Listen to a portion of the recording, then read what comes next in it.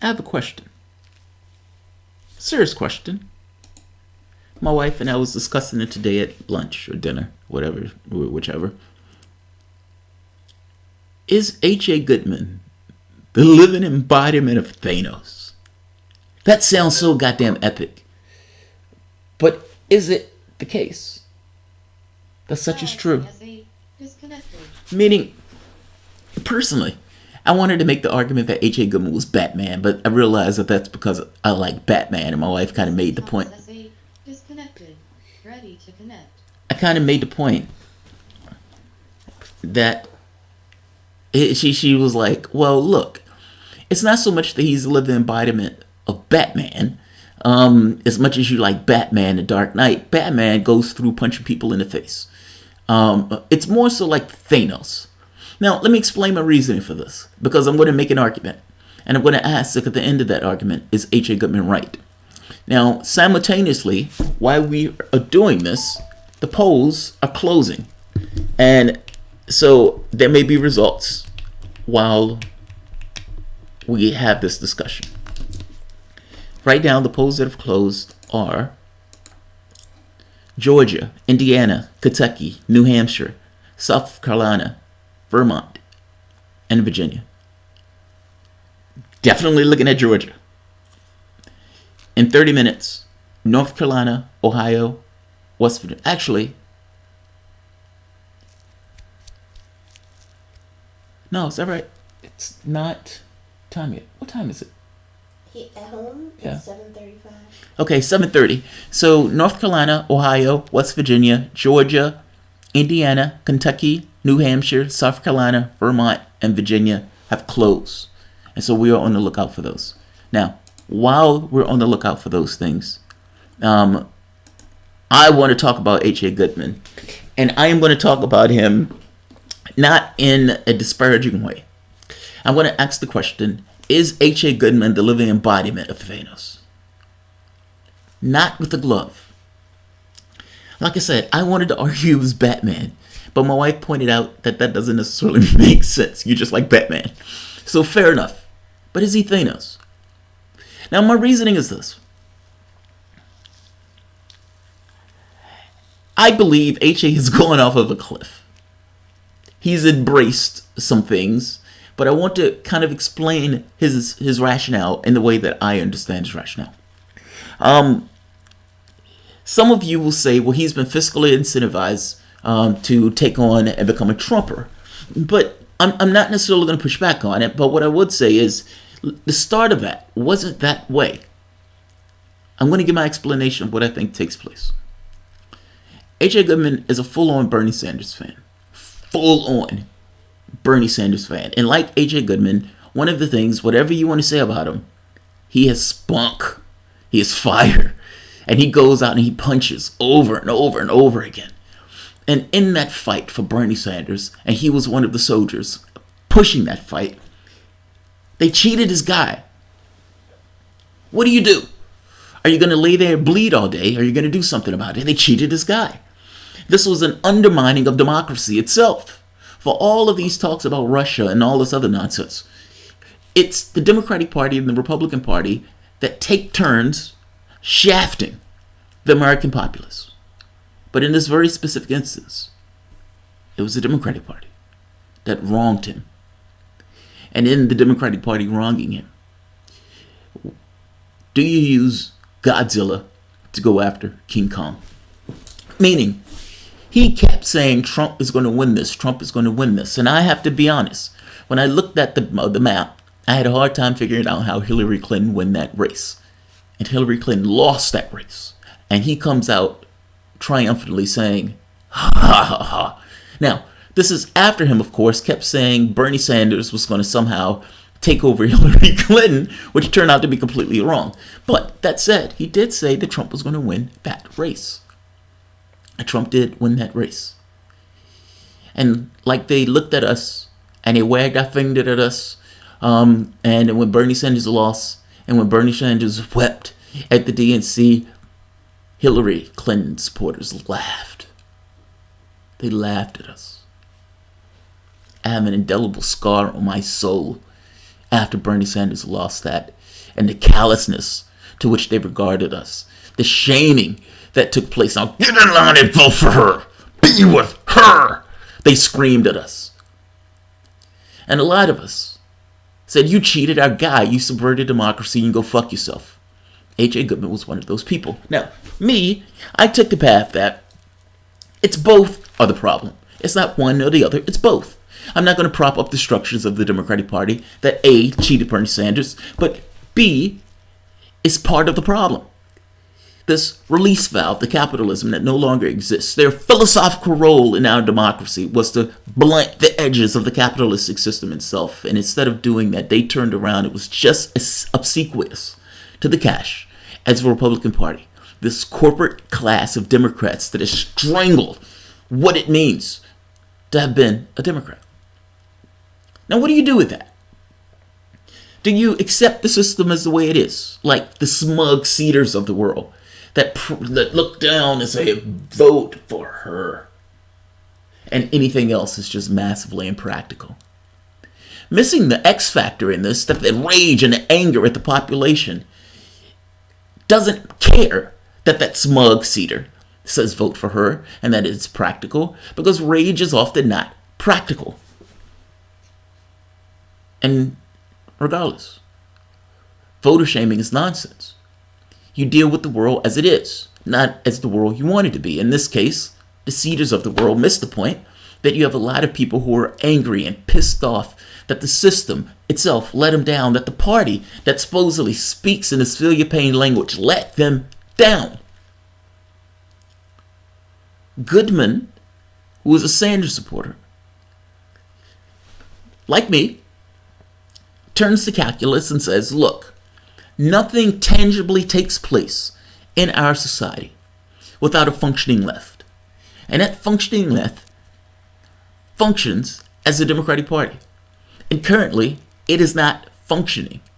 It has created this system where it speaks about racial issues, identity issues, while taking economics off the table, using divisive issues as a way, and Republicans do this too, so this is not one party, but taking economics off the table and playing in politics as relational against the Republican Party without really being a thing into itself. That needs to stop. How do you stop that? And do you stop that by propping up the systems that allow that system to propagate itself? There is no magical door. There is no path where you just kind of dance through the daisies and the world fixes itself. How do you stop that? How do you change that system? HA, I think, takes the perspective that you use Godzilla to attack King Kong. You use Trump as a weapon, and you use that weapon to try to destroy, to eviscerate, to completely, I can't think of the word I'm looking for, but essentially to destroy what it is that the Democratic Party represents in order to get anything new that is a functioning, actually functioning, radical, transformative left. Now, perhaps I give too much credit here. The problem with this, and the reason why I make the comparison to Thanos, is because the choice, in this case, that Thanos comes up with is, I need to save the world. I need to save the universe. And so I need to get this glove. And with this glove, I am going to destroy half of the universe. Now, you look at this and say, well, wait a minute, that's nonsense. You have the glove. You can do whatever you want. You can make all of the world, unicorns, rainbows if you want. But instead, you use it to destroy. HA has this platform, and with that platform, he goes with this idea of destroying the Democratic Party. Now, the problem with this is there are tangible problems with propping up the Republican Party, which is effectively what HA has been doing.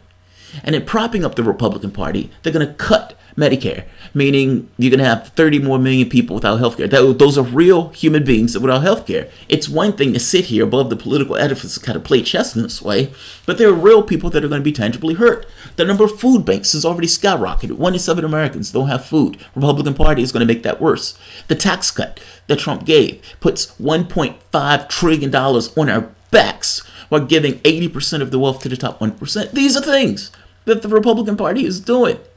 Not to mention the environmental damage. The coal that these guys, that Trump keeps saying that he wants to somehow help along. The disbelief in environmental science. This is problematic. The UN just comes out with a report saying you have 20 years left. Donald Trump says keep this thing a-ticking. Not to mention putting people like Kavanaugh on a bench who are going to attack workers, attack the poor, represent corporations that ultimately assault the rights of all of us. So in an effort to fix the party, and in an effort to get a functioning left, you're willing to destroy all. You're willing to essentially destroy a lot of people's lives, or at the very least make their lives harder. Now, the logic here, and the reason why I asked the question at the end, is he right? If I'm being honest, the logic by which I work on is for the most part the same premise. My attacks on the Democratic Party, or for that matter, my attacks on both the Republican Party and the Democratic Party. It's one thing, Bob Ramirez makes this joke that you have dainty hands. Aren't you willing to do the work of a real man? Now, I always laugh at this, but I get his point. His barb here is funny, and there's a point behind the barb. It's one thing to attack both. I mean, voting for Jill Stein is to some degree abdicating in a two-party system, meaning if the goal of it is for the Democratic Party to lose, then make them lose. You can't abdicate out the process by voting for Jill Stein. You have to vote for Trump and use Trump as a weapon to bash the face of the Democratic Party. I understand his point. The problem is that party is going to do real damage. That party is a band of misfits at this point, and they're not in any way representing the interests of the American public in the same way that the Democratic Party has lost touch with the American public. Hence the rage and anger that is against the party system itself.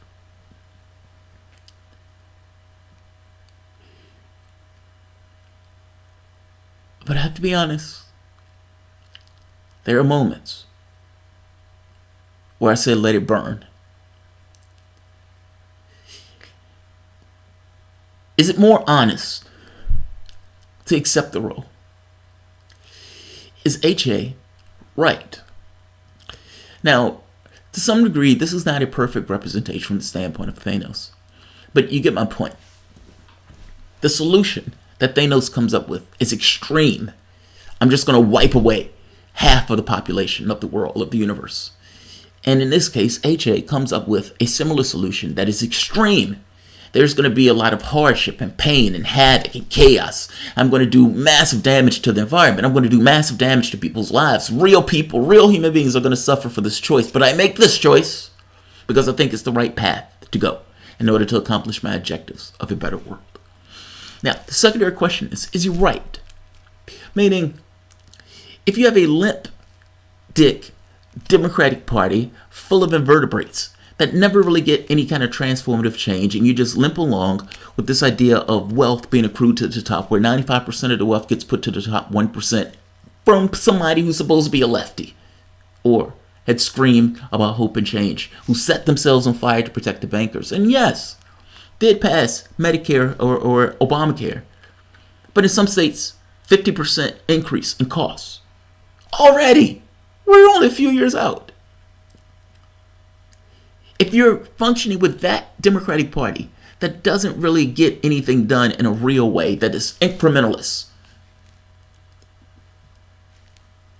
is he right that needs to be abolished, destroyed, burnt to the ground before you can really get any change to take place?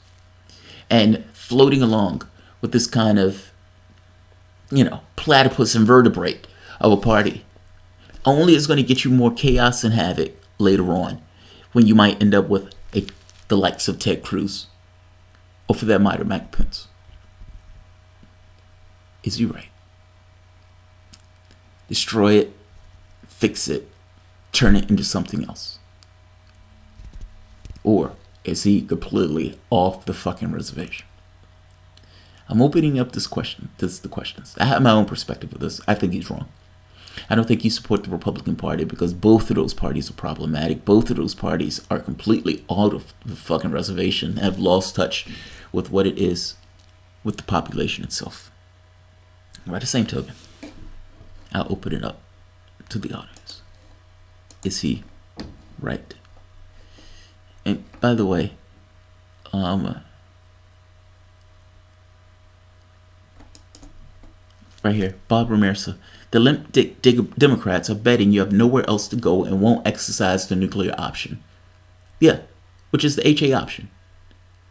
Repudiate everything that you believed in and attack that party relentlessly and give yourself over to the process.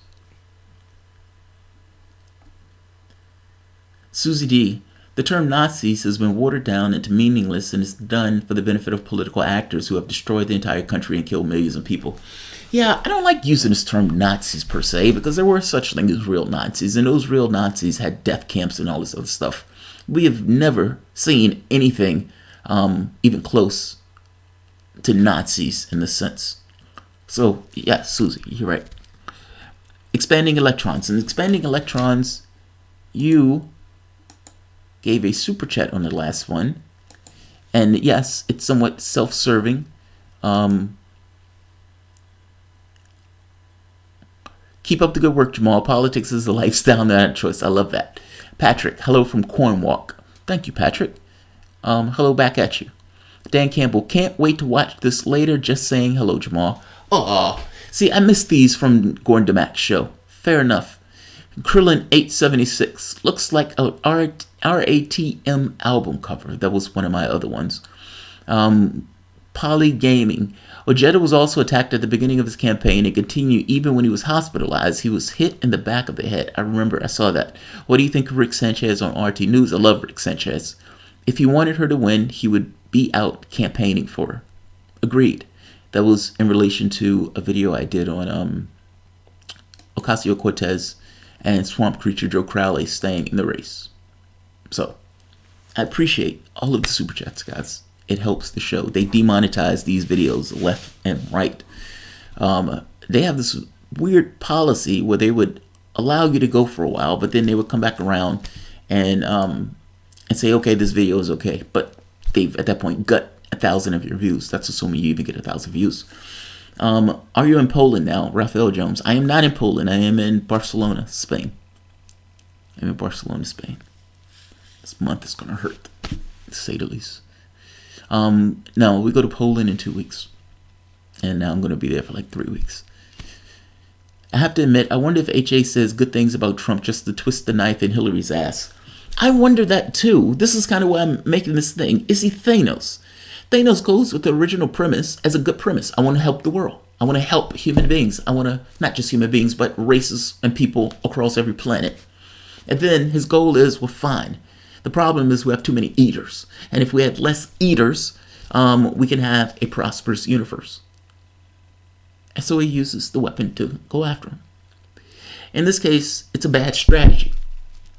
I wonder, however, and again, at my weaker moments, at my let her burn moments, I understand where he's coming from. HA did a jank in reverse. Jank went from conservative to false progressive, while HA did the opposite. Yeah, he went full in. Does anyone know how to Canova? I'm waiting for that race to come out. That hasn't, I don't think the midterms for them have stopped yet. Yeah, that hasn't stopped yet.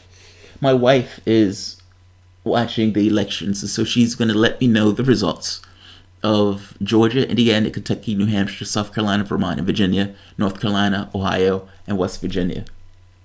She's on the ball with those states. Could you check, see if Ojeda won, Jess King won in the polling for those? Also, the election in Georgia with Stacey Abrams. Thank you.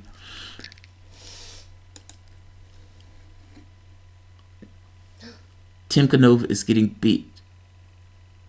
John Hill, did you vote for him? I didn't. No, I didn't have anybody to vote for in Virginia. There was a woman who was a CIA agent running for the Democratic Party. That was her claim to fame. So, no, I did not. Breathe. Breathe in the air. Don't be afraid to care. Oh, I love that. I love that. Pink Floyd. That's one of my favorite songs. It's one of my favorite songs. What's Tim Canova count? My internet dropped. Hold on. I gotta get back in. Okay, my wife is on it. My wife is checking the Florida and the other election polls. It's a conspiracy. The internet just went down for the first time in 2 days. It's literally not working. Okay, she said her internet is not working. I don't know what that's about, but I'm going to be doing this for as long as my internet holds out. I have about 4 gigs left. The hotel that I'm staying in doesn't have really good Wi-Fi, and so I had to use my Huawei for Wi-Fi. But what that means is I have to pay for this, meaning internet becomes expensive. Today is a holiday, though. It's election day, so I pay the expense. Holiday. Yeah, it is a holiday. It should be a holiday. A hotspot, yeah, Huawei. It's amazing. You have no idea. It has saved our ass on more than one occasion. What state? Tim Canova's in Florida. I'm looking.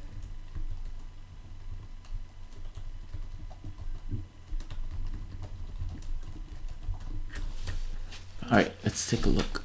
Ooh. Ouch. What happened? Tim got the stuffing beat out of him. Like, not even close. Well, it hasn't lost yet. I mean, I think it's still going on. But this is looking brutal. Fundraising magic disappears for Deborah Wasserman-Schultz foe Tim Canova.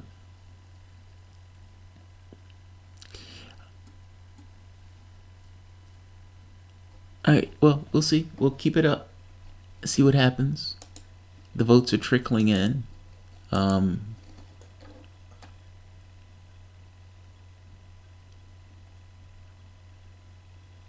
site are you on? Let's see. This was just Google.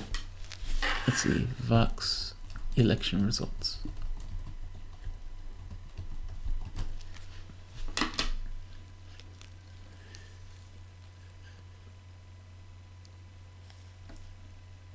I mean, there are a few races. Hopefully it's not too It looks like Gillum's up. Alright, Gillum's up. What's the result for Gillum so far? 50.3% Gillum. 48.5%. 50.3% to 48.5% for about 8 points. Andrew Gillum. How many? Buy some Wi-Fi and no other way to keep your Soros money coming in. Thank you, Bob. Thank you, Bob. What's the Gillum's result so far? What's the how many have voted? 30% reporting. All right, 30% reporting for Andrew Gillum, 50.1% for Gillum, 50.3%. 50.3%. I predicted Gillum was going to win in Florida, so I'm hoping he wins. To 48.5%. To 48.5% for Santos. DeSantis. That's good. That's good. Keep it up. All right, I'm going to end this because, like I say, I asked the question, but I'm not going to end it. I asked the question, what do you guys think? Is H.A. Goodman Thanos with the glove? And moreover, is he right? Now, Bob, you say he's right. You say if the Democratic Party is a problem and nothing changes, I think your CIA agent won in Virginia. That's awesome. That's awesome. If I am being honest, though, I care about real people, man. And so it becomes a difficult thing to take this disposition. Because it's a hard-ass disposition with the understanding that if anything real is going to change, something has to change with regards to the party. And nothing changes by continuously propping it up. Alright, Rob Illinois. Fuck H.A. fraud, man. Fair enough. Fair enough. Stacey Abrams is down pretty far compared to Brian Kemp. All right, so Stacey Abrams 33% is down. 66%. How many reporting? Just 2%. But Oh, that's nothing. I'm not reporting that. That's bad news, and that's bad news with 2% reporting. Yeah, I'm not going there. All right. What are they saying? Does the end justify the means? So ID Warp. H.A. Goodman is a snake oil salesman at this point. I understand that, but engage the question, engage the debate. Does the ends justify the means? If in, let's say, 10 years, the Democratic Party being thoroughly discredited, completely destroyed it, and replaced with something else that's aggressive for workers, would that end justify the means? That's the point, and that's what I'm asking. Don't dodge, and don't put a knife in H.A. Engage his point. H.A. at this point want to see Democrats burn, night's reign. So do I. If I'm being honest, so do I. At the very least, I want to see the party burn. But I want to see the party burn because I want it to be something else. You must understand my reasoning for this. By the same token, the Republican Party is also fundamentally corrupt and fundamentally out of touch with the base. Eddie Klein, H.A. sold his soul for lifetime free food at Jack in the Box. What? Mrs. Tree, you give him too much credit. I understand. But engage my point. Engage my point. None of you are engaging my point. You're attacking H.A. Engage the point. Is he right? What the hell is Jamarl is doing some top level trolling? Didn't have a chance in hell of winning today. Believe it or not, this is not trolling because I'm not putting a knife in H.A. I'm asking, is his pursuit right? That's what I'm asking. Tim Flowbuck, no. John Hill, we hate H. None of us, all of you, are playing the man, not the ball. Play the ball. George Pagog, I agree, he's right. Burn it and rebuild it. Another one for AJ. AJ is doing this off of the money. Even if that's true, you're not engaging the point. You're not engaging the point, I understand. Expanding electrons doesn't matter. Yes, it does matter. I'm asking a fundamental question. Does the ends justify the means? If in 10 years, you have a fundamentally discredited Democratic Party that lost the capacity to win, and in losing the capacity to win, has turned itself around because it's been filled with people who are fundamentally like lefties, and you've pulled the political window over to the left with this kind of more Bernie Sanders-esque platform and so forth. But understand, that took place because of the complete burning of the party itself in the way it is now.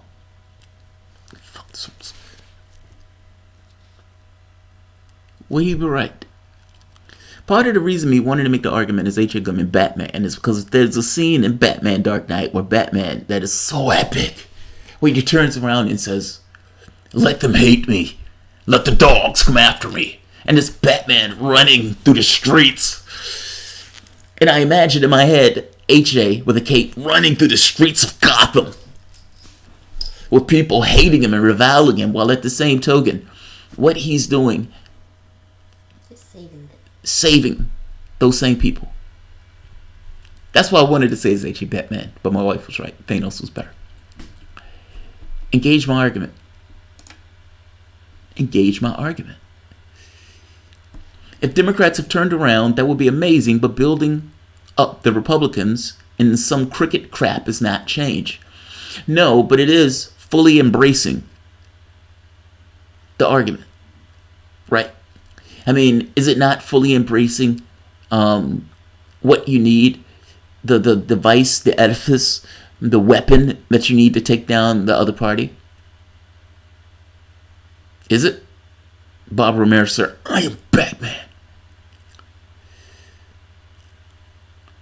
Jamal, do you watch Gotham? I play the Penguin in that show. No, you don't. No, you don't. On that note, I don't think we survived the 10 years to get to the wet dream of the party. Fair enough. Then that means you think he's wrong. In that case, the end doesn't justify the means because you never get to the point of the day in the sun. HA has always been wrong, and I am Batman. Bad mashup. The biggest myth, there are two political parties, Frost Nixon. Jay Scott. Our town Senate. This is ridiculous. I don't know why you give him so much credit. None of you engaged this point. None of you engaged the argument. John Hill, the problem with your question is the system, the issue, not the Democratic Party. Fair enough. That's fair. But between the two things, the Democratic Party within this particular system is supposed to be the release valve. That is true. They take this iconography of FDR. So regardless of the system itself, the player in the system that is supposed to represent the poor, the workers, the middle class is the Democratic Party, and that party moved far to the right under Clinton. It used to be something different. So I understand that the problem is the system. By the same token, the players that are in that particular system have certain roles. The role of the Democratic Party being to be the release valve. Just saying. He has no ideology, dude. Fair enough. Agreed, both sides below. True. HA and his strategy is as legitimate as Hillary's indictment or intimate. Oh, that's brutal and low. That's a low blow. That's funny. And yes, true. HA is more like Anakin Skywalker. He was the Jedi, but went Sith in order to save people he cared for. That's awesome. That's better. Why didn't you think of that one? I'm not a Star Wars. That's a better one. God, that's a better one. That's a better one. God, that's a fucking better one. I need to change the title of this video. That's better. Mine was still good. Yeah. Thanos was good, but that one's better. That one's better. You have to admit, that one's better. He's gone Sith. He's gone Sith. I don't really know what they're doing, so I can't say it's better. God, I like that one. Also, to answer the actual question, HA could be right if it hurt people. That experience doesn't outweigh the eventual wins in terms of policy, the actual benefit the poor and middle class. Thank you. That's the way I feel. Cortez, thank you. Thank you. I appreciate you answering my question and not just randomly attacking HA. So what did HA do? I haven't watched him for a while. He hasn't done anything that I'm aware of. He's been supporting Republicans. Beyond that, I don't think he's done much. HA is pandering to disenchanted Bernie voters and on the fence for Trump people. He is not on the fence for Trump people. I don't know if you've seen HA's content recently, but HA is full on in the weeds. Like he's opened a channel for gun nuts. Like he is fucking in the weeds. Gone Sith. Fape Squad. HA would be right if Trump actually indicts some corrupt politicians, but Trump is not doing that. Trump is not doing that. Not just not doing that, doesn't even have the political clout to do it at this point. Clyde Illusion. Aisha, you're right. I agree. You think he's Thanos. Thanos, Star Wars reference. Yeah, the Star Wars reference is better. I gotta be honest, it is. Fuck y'all. She says, fuck y'all. I still think it's better. HA Viz reminds me of Jesse Lee Peterson level of insanity. I watched a video that Fred Edwards sent me. He's one of my patrons, one of my subscribers. And I sat there and watched the entirety of the video. Jesse Lee Peterson was debating, what's his name? David Pakman. And at the end of that video, I had no idea what they were debating. And it sounds like Jesse Peterson was hitting the head with a football. That's what I was like, God, this is so distracting. I saw Tim, what is his name? Tim Bob. Tim Bob said he's like the biggest Uncle Tom on the planet or something. It's fucking hilarious. It's absolutely hilarious. I think the guy's on opiates. I think the guy's on something. Jeremy Chase. Dazed and confused. He could sell HA buckets like Jim Baker bat mashups. When you go down to Darth Path, there's almost impossible to get redemption, but the dark side has good cookies. So my thing was, how do you get back? Is there a path back? Like you embrace all of it. You just say, fuck it, I'm taking it all on. Your face changes. You're wearing this mask. And you're going after your target. Oh, results. I'm useless. All right, she's not good at the results thing. I have no internet. She's saying she has no internet, even though she can totally use my Huawei. She doesn't do that. Huawei? Let's see. Election results, midterms. Democrats need 24 to take the House. I think Democrats will take the House, but I don't know that. And we're going to find out tonight in this glorious moment of reckoning. Oh, I love this. I love this. This is like a holiday to me. Like, everything that takes place, all of the pissing between the candidates, all of the sludge throwing. By the same token, all of the activists and all of the real people who are pushing, trying just to get their level of democracy into play, and is squashed by the cash, and yet pushing nonetheless. And all of it comes down to this one glorious point of reckoning where all of the stuff and the work that was put into it, trying to get the public on your side, comes to a point. Who wins the debate? There's only 3% reporting from North Carolina, South Carolina, and Georgia. It's not enough to call anything. All right, there's only 3% reporting for North Carolina, Georgia. There's not enough to report anything. Where's the all right, but we're still waiting, and I'm joking. all right, 5:38 is usually good on this.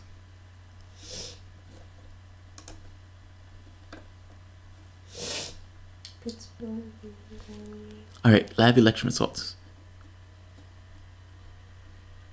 Come on. I want people. All right, here we are. All right, we're not covering Alabama. Let's see, this is... I'll let you see what I'm seeing here. Gillum's ahead. Well, I called that one out. I already said that. All right, results for all states. All right, so for Florida, Gillum, 49% to 49%. Oh, wow. 45.4% reporting. Andrew Gillum is at 49.6.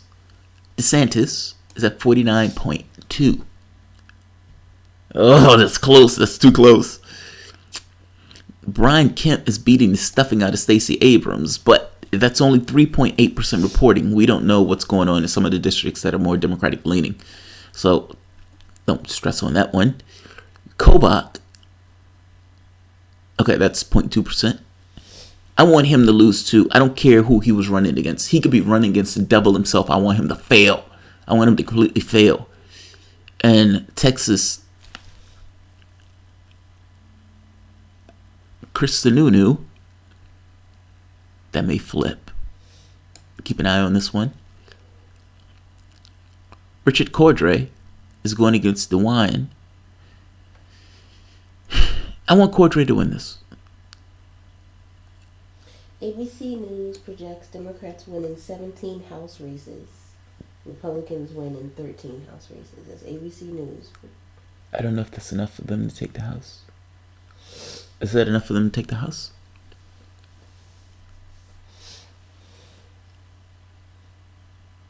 ABC News projects that Democrats will win 6 Senate races in Connecticut, Delaware, Massachusetts, Maryland, Pennsylvania, and Rhode Island. How many will they lose?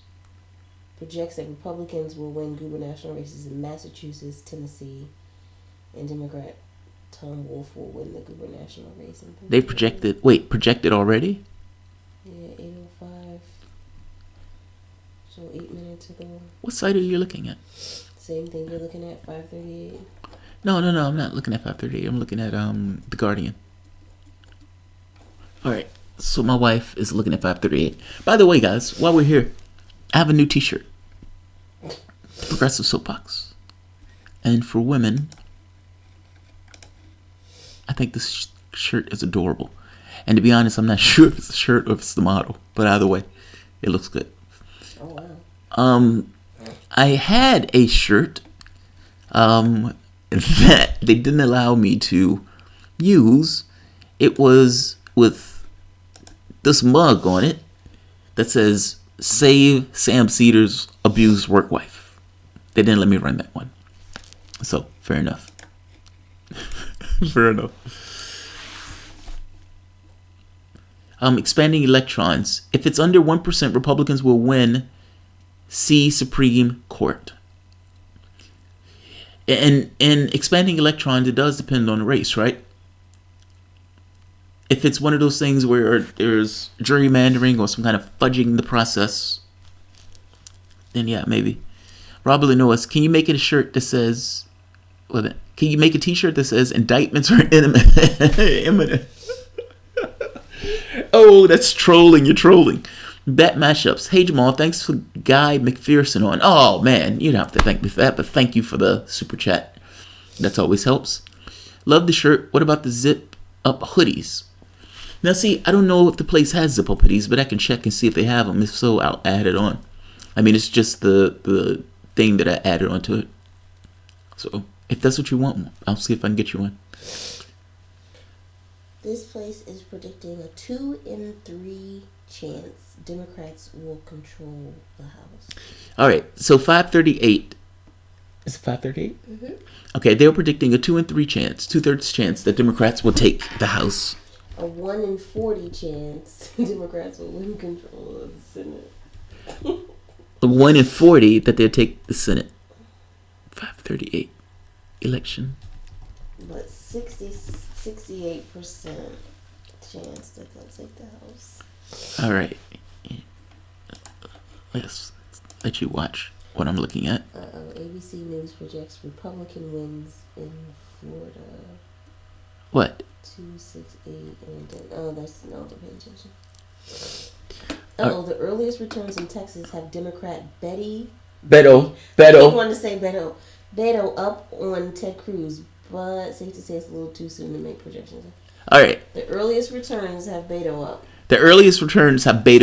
Now, I have staked my reputation that Beto wins. Ooh. And God, it's a long shot, but if he wins, I am going to bathe in Ted Cruz. Oh my God. You have no idea.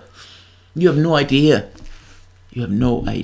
am going to bathe in Ted Cruz's concession speech. Oh my. Oh God. Just thinking about him losing help. It makes my day brighter. You have no idea how stressful this trip has been. And this is not me whining about the stress of the trip. It's just trying to find places for treatments and all this other stuff. At what price would it take for you to flip the dark side like H.A.? There is no price. Oh, they got Beto up. It's only 1% reporting, but he's up 53.9 to 45.5. Beto is beating the stuffing out of Ted Cruz with 1%. Look, there's environment creates the individual. I'm a selfish person, if I'm being honest. I perceive the world through my own lens, and through that lens, I project it on the others to some degree. So I look at it and say, if I don't want to experience a certain degree of stress and pain, I don't want other people to experience that degree of stress and pain. That's just how I am. For that to change, I would have to somehow have had a different experience. My life experience curve, you must understand, was not in wealth at all. It was in poverty in much of a degree. And then you add to the poverty illness. I don't want other people to experience what I've experienced. I don't want them to have difficulty in trying to get treatments or trying to get medication. I don't want that. And not to mention, it's fundamentally unnecessary. I want to say that there's no price that would allow me to repudiate all that I am and all that I've experienced, because after all of my experience essentially make me who I am. I don't know that as a flat fat absolute. I don't think anybody can know that as a flat fat absolute. The used car salesman that has a wife and kid that he needs to feed, regardless of how he feels about that lemon, is going to sell that lemon because nobody is going to allow their wife and kid to go hungry as opposed to selling the lemon. I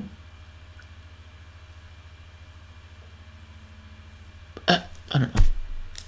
I'm trying to answer the question, but and I don't want it to sound like I'm moving the ball. It's just a somewhat of an impossible question to answer. I can say never or nothing based on experiences, but I don't know that. I would say I am highly resistant. Let's say it that way. I say highly resistant. Let's see. All right, perfect. All right, let's take a look at the results again. Gillum is up 49.7 to 49. Jesus Christ. All right, Gillum is up 49.7 70% to 49 with 70% reporting. What is all this talking stuff? All right, here we are. All right, Alabama. This page has a lot of people running their mouth, and I don't want people running their mouth. I just want to see results. Just give me the numbers. Just give me the numbers. Just give me the numbers.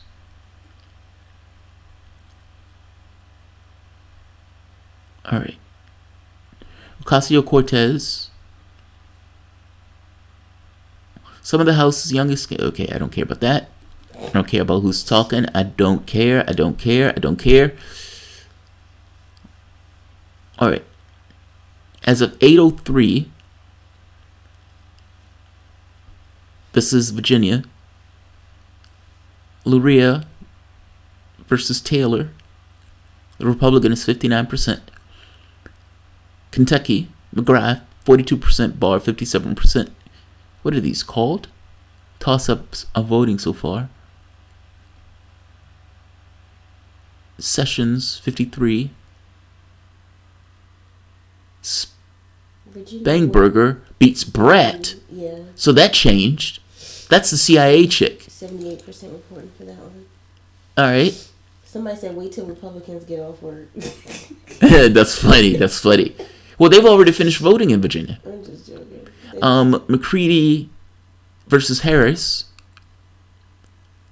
So far, she's up 55 to 45. All right. Let's see some other races. All right, Pennsylvania. No, who's the person? Where's the person? I need the name. Okay, this is fundamentally worthless. All right. Let's look at some results. I'll cut this video up to later on. But this is election night. In fact, let me change the name.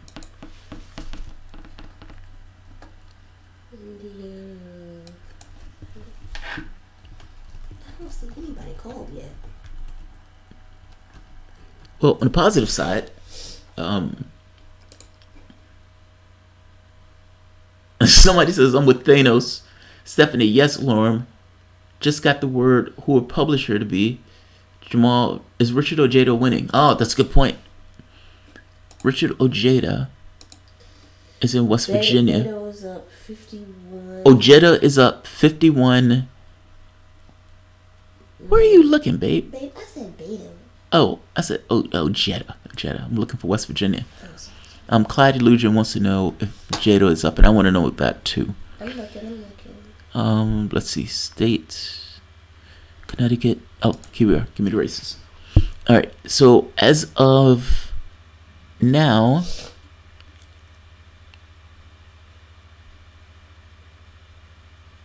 where's Ojeda? Joe Manchin is 1.7 to 47.7 over Cruz. I'm looking for Ojeda.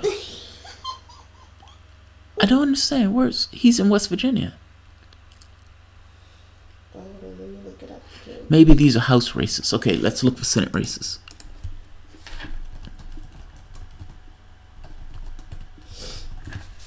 West Virginia student vote, Joe Manchin, 53%. Patrick Morrissey, 42.5%. Joe Manchin. New York Times election results. The people who cover this shit. Oh, I see the problem. Ojeda is House. Maybe I was looking at Senate, because they had Joe Manchin on that. Joe Manchin is, God damn it, Serenity now.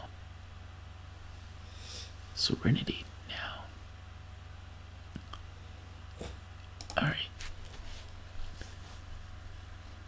What? Oh man, you're killing me, dog. Colin Allred beating Pete Sessions. Results in Alabama.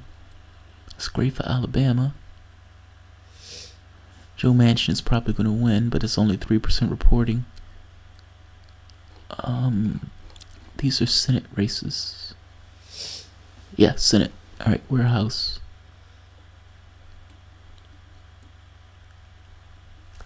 Give me the House races.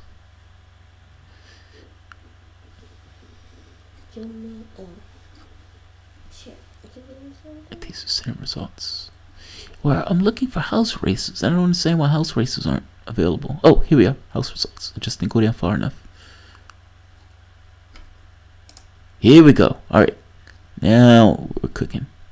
All right. So West Virginia. Am I losing it? They just dropped West Virginia from the House races?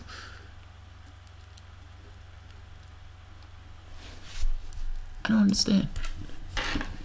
West VA House race results.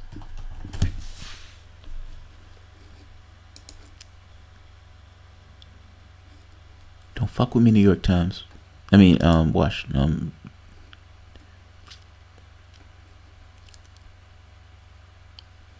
Ojeda 45, Miller 52. All right, Ojeda 45, Miller 52. But I need to show it so they can see it. Oh, right here. Is that what you're at? Oh God, Ojeda is losing. Oh, but that's just 0.02% reporting. All right, Clyde. So it's just starting. This war is just starting. All right, let me flip it so you can see it. Okay. This is what we got so far. Let me flip. Let me restart.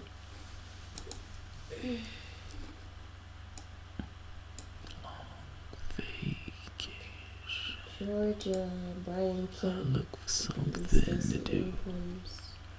What's the thing? 65.2 to 34. No.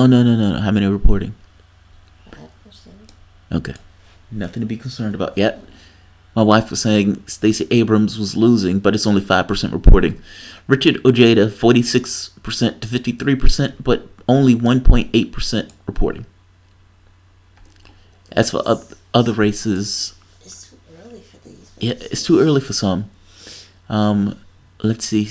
In Pennsylvania, because that's another race that I'm interested in, but this is for the House also.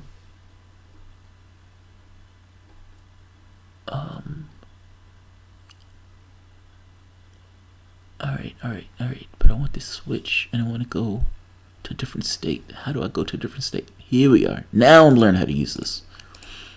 All right. So let's go to Pennsylvania.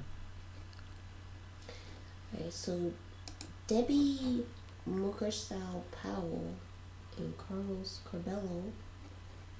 Do you care about them? Yes. Give me 1 second though. I'm looking for. I can't think of her name, but I know her when I see her. I've been following her race. She's a lefty. Called Michigan Democrat Rashida Tlaib has won, becoming the first Muslim woman elected to Congress. Oh, and what's this on? Where is she? Shit, I need it's going now. Hold on. A governor? First, that's what it said. It said in Congress. No. If Congress is not governor. Okay. Let me find it because they just flashed it on the screen. Where? On what page? On where? I'm on a YouTube. I'm on a Facebook thing. Go ahead, babe. I'm sorry. All right. So apparently, the first Muslim has been elected to Senate. First Muslim woman. First Muslim woman elected to Senate. I don't know where though. My wife is lost where. Okay, so Michigan. In Michigan, Rashida Tlaib, the first Muslim woman elected to Congress. In Michigan, House of Representatives or Senate? House or Senate? I'm checking. They got all this shit that comes up. What's her name? Rashida, Rashida.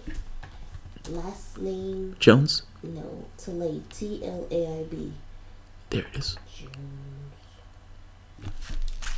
She has become... It just says Congress. She was running in... Jesus Christ, I can't remember.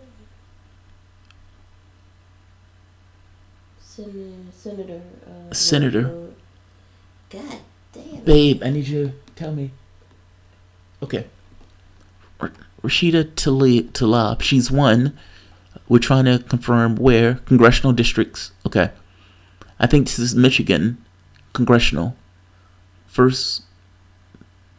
She's not the first Muslim. No, maybe the first Muslim woman. Okay. Elected to Congress. Because I was about to say Keith Ellison is Muslim. They hit him with it all the time. Call him racist and all this other stuff. All right. So Rashida Tlaib, her first Muslim woman elected to Congress. Congratulations, Rashida. Hopefully you don't fuck over your constituents. Ooh. Well, I don't give a shit about her race. I care about what she does. Well, it's not a race. Or, you know what I mean, her religion. But, you know what I mean. I care about what she does in that office. And her and I are nearly the same age.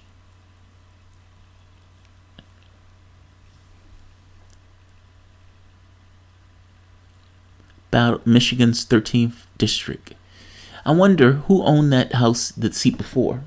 Do we know who had the seat prior? But I can look that one up though. Michigan. Former Representative John Conyers. No way. Okay. John Conyers. Okay. The House seat long held by former Representative John Conyers. Wow. John Conyers held that seat for a long time. All right. That's what we got so far. We're still checking election results. Stephanie Cheto, Gillum now ahead by 5,000 votes. He's dropping. Uh-oh. Let's check Gillum. Tim Canova lost, so I'm going full anarchist. Who said Tim Canova lost? Stephanie Cheto. Well, he was getting... They beat the stuffing out of him. Did you see those results? He had like 1% or something. Some insane amount. Let's check the results to Florida. With that corrupt hack of a congressman, Deborah Walsman Schultz. I want to see what... I haven't seen anything on her ass.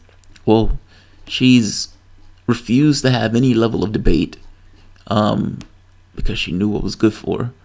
And from policy standpoint, if you're ahead, oftentimes it's a disincentive. You don't necessarily want to debate the person.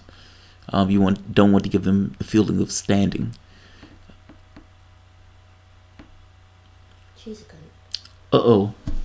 Andrew Gillum, 49.1 to Ron DeSantis, 49.7. With 71 precincts reporting, 71% of the precincts reporting.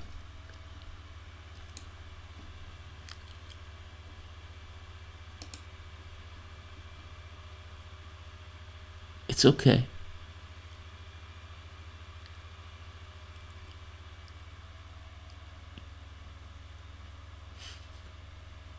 Put all your intention on Gillum in this moment of need. 0.6%. Oh, God, 0.6%. So it's hard to know what districts are reporting. And depending on the districts that are reporting, this might not be bad, or this could be bad. I mean, granted, you always want to be ahead, But let's be honest, if there are some districts that lean African Americans in with the vote count being processed, he could catch up. Whisper a dream. Keep our shit together. This is extremely close. Bernie Sanders is going to win Vermont. Bernie Sanders is going to win Vermont. Like 75 to 24 or some shit. 75 to 24%. You know, Bernie Sanders debated that guy. Like, he was up 40 points. He still decided to debate the guy because he believed that the public demanded discourse. And fact of the matter is, he knew what he was. And so having a debate with a Republican only makes the Republican look bad because he fucking Bernie Sanders. Yes! Love that. I love that. Damn, Virginia is probably fucking good. Tim Kaine won. Tim Kaine won in Virginia. It's current estimate. I called it. Rick Scott, 50.1%. God, he's a goblin, man. 73% of the precincts reporting. Let's see where we're at now. Come on. Come on, Gillum. Bring it back. Bring it up. Bring it up. Bring it up.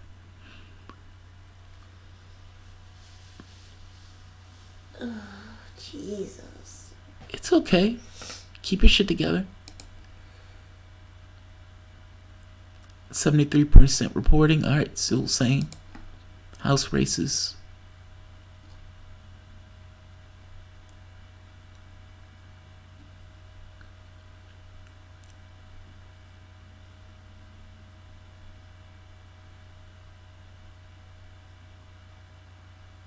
Let's see, George Buck.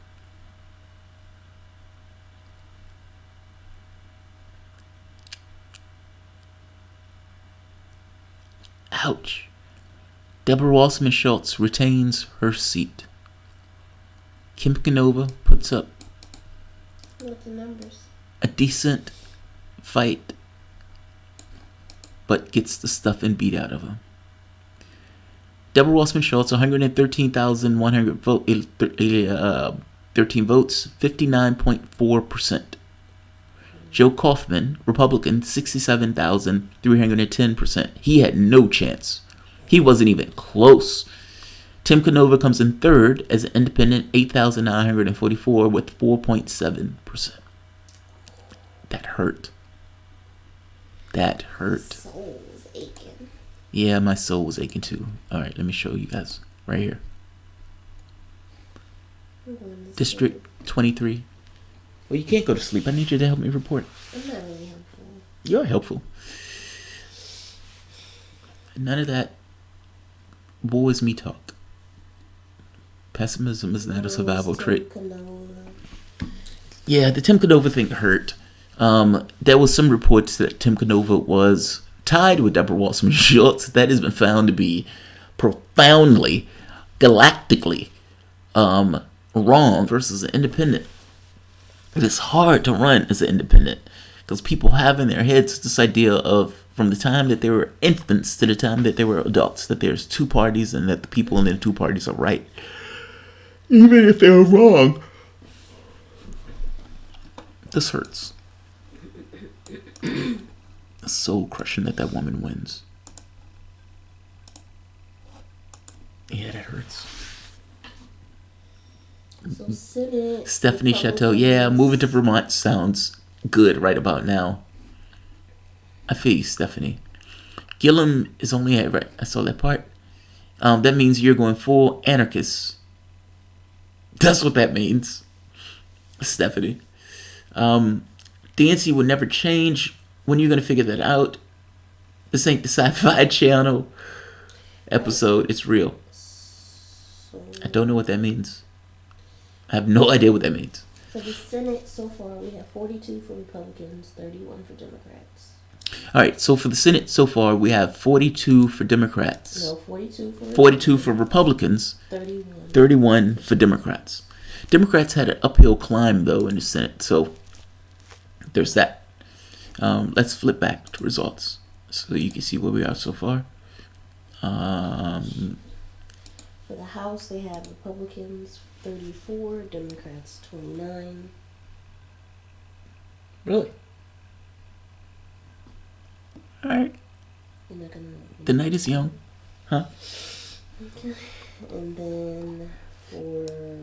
Well, the thing is, problem is, it's somewhat of a practical issue for me that's completely unrelated to politics. HA made the point that the Republicans, there wasn't going to be no blue wave. Now, I didn't think there was going to be a blue wave, so it was nonsense. And to be honest, I didn't care one way or the other if there was a blue wave. But I did think there was going to be a trickle. But it's possible that the trickle is going to be a tear in the eye of Democrats. Ooh. As they lose. I took that from somebody else. I don't know who I took that from, but I love it. All right, so let's see what's going on in the governor's races. Because understand, if Democrats lose, it is a oh. What? Where you at? Wait a minute. The results of first they had 70%. Now they've dropped back to 60-something%.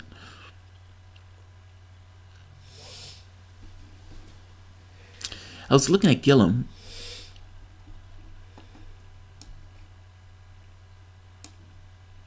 They just keep saying the same fucking thing. All right, Gillum has gone down further. He's trailing 50% to 48.8%, with 73.5 of the precincts counting. This is beginning to get scary, so let's go to another precinct. There are certain people who I want to win. Gillum is one of those people. Let's go to Texas. There was a 500% voter turnout in Texas. All right. Beto. Oh, 1%. All right. All right, 1%. 1%. Oh, God. You have no idea what my enthusiasm was in that split brimming second.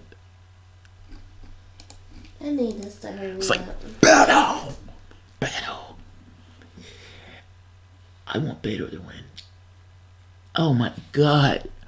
Even if Democrats lose everything else, that would make my day. You have no idea how much that would make my day. You have no idea. You have no idea. Ted Cruz is a hobgoblin. And he needs to be put out of his misery politically. And Beto just might do it. Running as a lefty, no less. Not saying what he's going to do in the office, but that's how he ran.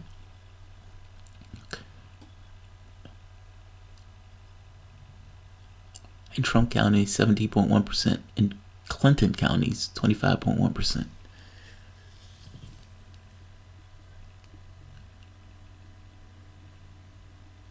Oh, I see. In Trump County, there's been a swing of 17.1% to Beto. Wow. He can't sustain that. I mean, I'm talking about Cruz. Cruz can't sustain a loss like that. Especially if this continues. So, we'll see what happens so far.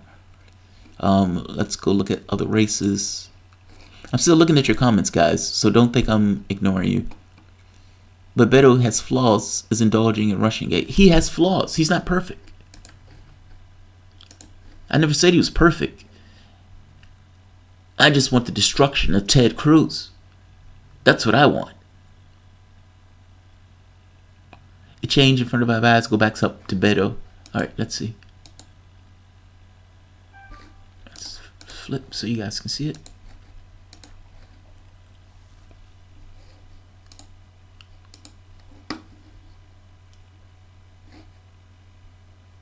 .1% reporting. Oh shit.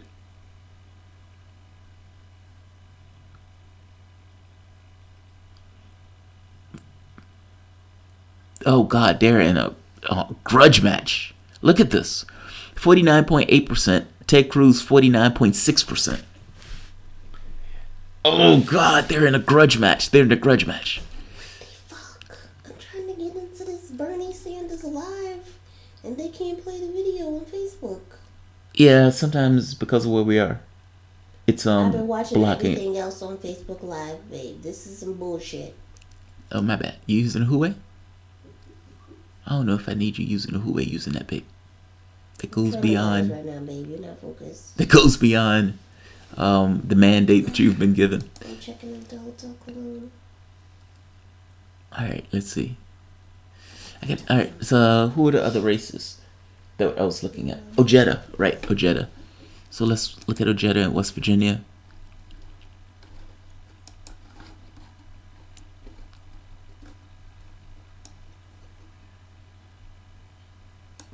Bro, get these election results out. I don't want to hear these people talk. I'm not the slave. Ooh. Don't put me on camera. I'm not on camera. I'm in West Virginia. Alright guys, I'm gonna keep going for as long as I can keep going. Joe Manchin is likely gonna creep back. I'm trying to do a little bit of both.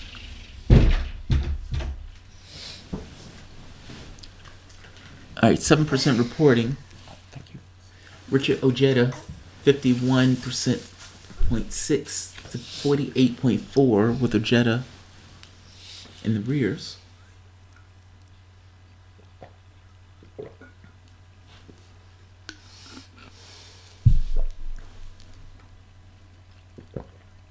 Richard Ojeda endorsed Donald Trump and gave a passionate speech to help teachers to get a raise towards a congressional bid fueled by unfiltered videos. He's running against Representative Carl Miller in a district that went for Trump by almost 50 points. Think about that. He's running in a district that went almost 50 points. That is amazing. God, that's amazing. All right. Who else? Help me out. Who else? Jason. Oh, my signal is going to run out pretty soon. Let me see. Did I miss anybody?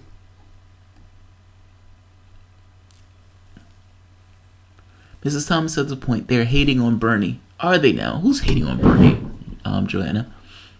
I don't know, but she right if she said I'm right. Governors in the Midwest.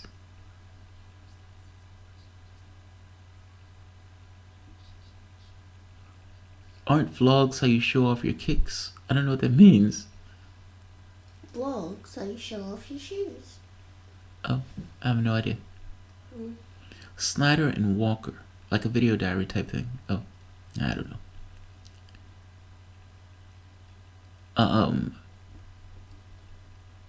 Let's see. I'm going to take a 30-day break from Twitter. I'll turn a suspension into a positive.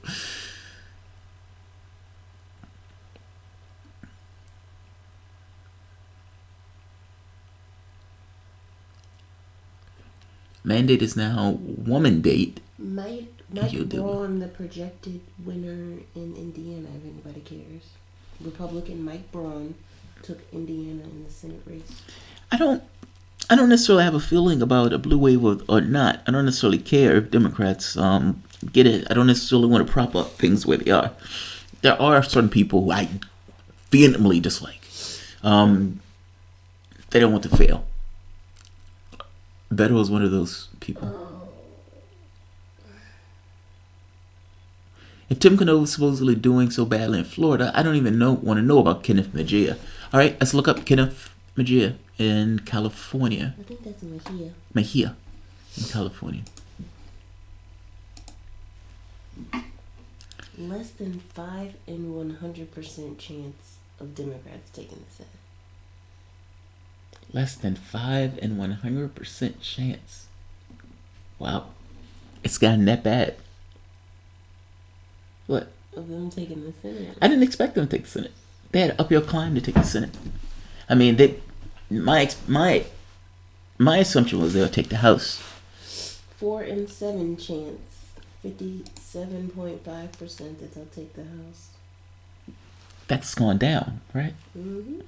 All right, my wife said there's a 57.5% 0.5%. chance Democrats will take the House.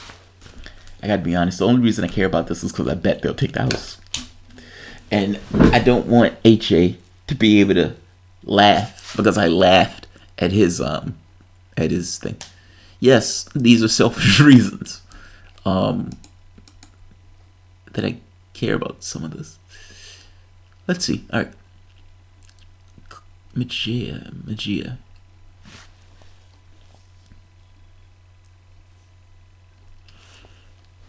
Oh, California doesn't vote yet. They haven't hit their time frame.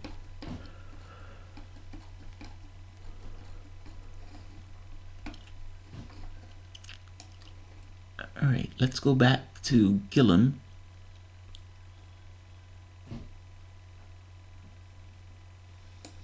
Joe Donnelly of Indiana was done for.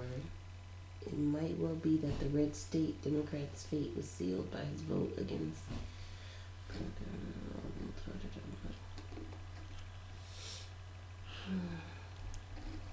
It's back up. 61% that they'll take the House. 61%. I'm looking at the percentage. Oh, so the percentage has gone up. All right, 538 is keeping like a running tally on the percentage of chances that Democrats take the House. I haven't seen any new results for Gillum.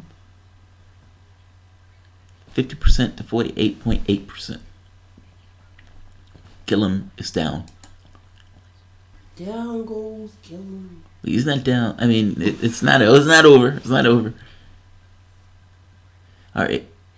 Matt Gaetz, 1st District of Representative, Republican, 67% to 33%. Jennifer Zimmerman, congratulations on a decent run, but you got the stuffing beat out of you. Neil Dunn beats the stuffing out of Bob Ratcliffe, Republican. Ted Yoho, Republican, wins a district that Trump won by 16 points. What about Heidi Heitkamp, that lady? Right, for North Dakota. Oh, I'll look it up. Okay, yeah, give me 1 second. I'm looking it up.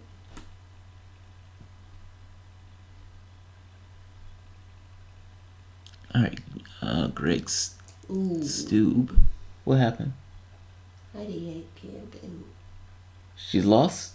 Well, it's it's very small reporting, but she's 63 to 36. She's 36%. Yeah, but what's 4% report. Oh, okay. You be getting exaggerated emotions on like 1%. Oh, my bad. I need you to calm down, babe. My bad. You're getting a little overexcited. I have people who are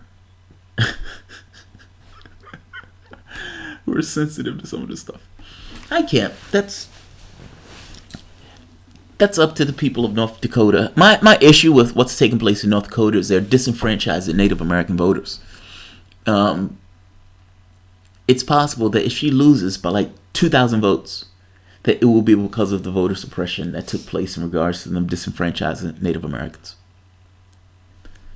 All right, 7.95 gigs. Two more gigs left. Let's make them count.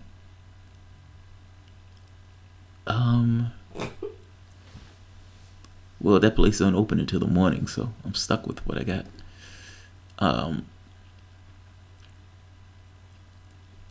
But Bob is generously donated to pay for my additional gigs, so thank you, Bob. Oh, Bob. I will be using that money literally to buy gigabytes tomorrow. How long are you gonna keep the stream going? I'm gonna keep it going until my Huawei runs out. I have the hotel here has horrible Wi-Fi. And because the Wi-Fi is so horrible, I have to essentially buy Wi-Fi and use it sparingly. I consider today a holiday, though, and because I consider today a holiday, I got it today, and we're probably going to burn through it today. So let's make it count. Let's make it count. Hotel Wi-Fi is horrible, yes.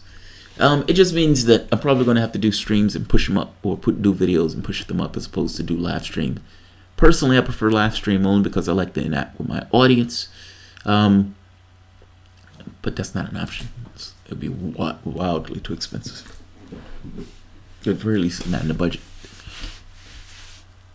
What device are you using for Wi-Fi? I'm using a Huawei. This thing.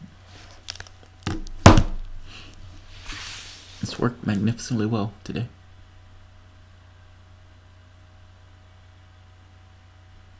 Who's smoking weed right now? You lucky fucks. You lucky fucks. 22% reporting for Miller, 54% for Jetta. Excellent. Richard Jetta was in Michael's new movie. What? 54%. 45% for Jetta. Oh, that's not good. Jamal, you know you can write off all podcast equipment, including computer. Yes, I do know that. Yes, I do know that. But thank you for the heads up, Vape Squad. But yes, I do know that part. Polls are about to close in Arizona, Colorado, Louisiana, the rest of Kansas, Michigan, Minnesota, Nebraska, New Mexico, New York, North Dakota, South Dakota, Texas, Wisconsin. Damn. I'm gonna. There's no way the 2 gigs is gonna hold up that long. Let me see. If I close Windows, I wonder if that helps. I have Windows open because there's stories that I want to do, like this one. We'll do the story. Falsehood shames Clapper, Brennan, and pledge to protect whistleblowers. So what this boils down to is James Clapper sent a letter assuring. Well, I just read it. In the summer of 24. Well, no, I'll say it. There's supposed to be a way for CIA whistleblowers to lawfully whistleblow. Now, this is somewhat nonsense because you're whistleblowing on the federal government or on the government itself and various offices within the government. And there's supposed to be a legal way for you to put that out. Now, the assurance was made that the CIA wouldn't be able to get their hands on these people, but we found out that that is a lie. It was a complete lie. As soon as they said it, as it came out of their mouth, it was a lie. Take a look at the story. In the summer of 2014, the Director of National Intelligence, James Clapper, sent a letter assuring Senator Charles Grassley and Rod Wyden that enhanced monitoring of the intelligence community workers was designed to find leakers and insider threats and was not intended to thwart lawful whistleblowing.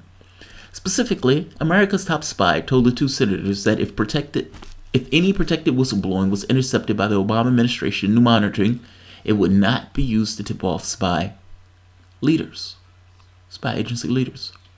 In the event of a protected disclosure from whistleblower that somehow comes to the attention of the personnel responsible for monitoring user activity, there is no intention for such disclosures to be reported to agency leadership under insider program, Clapper declared in his July 25, 2014 letter.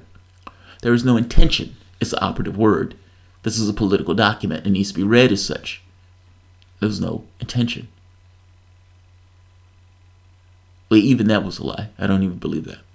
Clapper even CC'd CIA Director John Brennan on his letter, an apparent heads up to America's most famous spy shop, the Central Intelligence Agency. It turns out the entire pledge was false and disingenuous, and it took us 4 years and a new presidential administration to get to the truth. Just 4 months before Clapper penned that letter, the CIA intercepted one or more whistleblower disclosures, legally submitted and intended to go to Congress through the intelligence community's official whistleblowing. He lied through his teeth. They were attacking whistleblowers. They were going after whistleblowers, despite telling Congress that there was legal means for people to whistleblow without that information being sent to the Central Intelligence Agency. The disclosure was contained in 2 memos declassified this week from the Intelligence Community's Inspector General. On March 19, 2014, CIA security notified me that they conducted an inquiry prompted by routine counterintelligence monitoring of government computer systems. The Inspector General, Charles McAuliffe III, wrote in a memo dated March 28, 2014. As a result of this inquiry, the CIA CI personnel obtained emails between our executive director of whistleblowing and source protection and congressional staff. The memo added, Most of these emails concern pending the developing whistleblower complaint CIA security compiled a report, include excerpts of these whistleblowers' related communications, and this report was eventually shared with CIA management. They lied through their teeth. They were overseeing whistleblowers after saying, we won't oversee whistleblowers. That's amazing. Whistleblowers who legally submitted their concerns and believed that they were protected had their communications intercepted and unmasked. And sensitive oversight communications with Congress, potentially protected by the Constitution's separation of powers, were intercepted. And all of the information was briefed to a CIA leadership, contrary to Clapper's presentations. Clapper lied through his teeth. And this idea to protect whistleblowers was nonsense. It was nonsense. Congress got assurances for something. It's like, oh, we're shocked that the guy who leads the organization built on lies lied to us. We're shocked. These guys take down governments, but we're shocked that they told a fib. Why are you shocked? Why are you shocked? This belief that the CIA is going to somehow act differently, or heads of the CIA is going to somehow act differently, and not necessarily tell falsehoods when they need to tell falsehoods. Congress is not going to do anything about it. Congress didn't do anything about it because you can make an argument Congress didn't know. But they know now. What are they going to do about it? And if you don't do anything about it, you are ensuring that this happens again. So, let's check election results while we're running our mouth. Oh, thank you, Yvonne. Look, go, Lois. Thank you, I appreciate it. All of it helps the show, guys. So, thank you. Let's see. Andy Barr beats McGrath in Kentucky.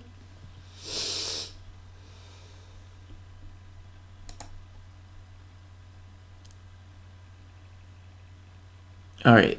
Gillum made some ground. 49.9 to 48.9. He's close. 79.3% precincts reporting. Oh man, he's close. He's close. Apparently, we're still waiting on Tampa. This is more urban city, so this is probably going to turn blue.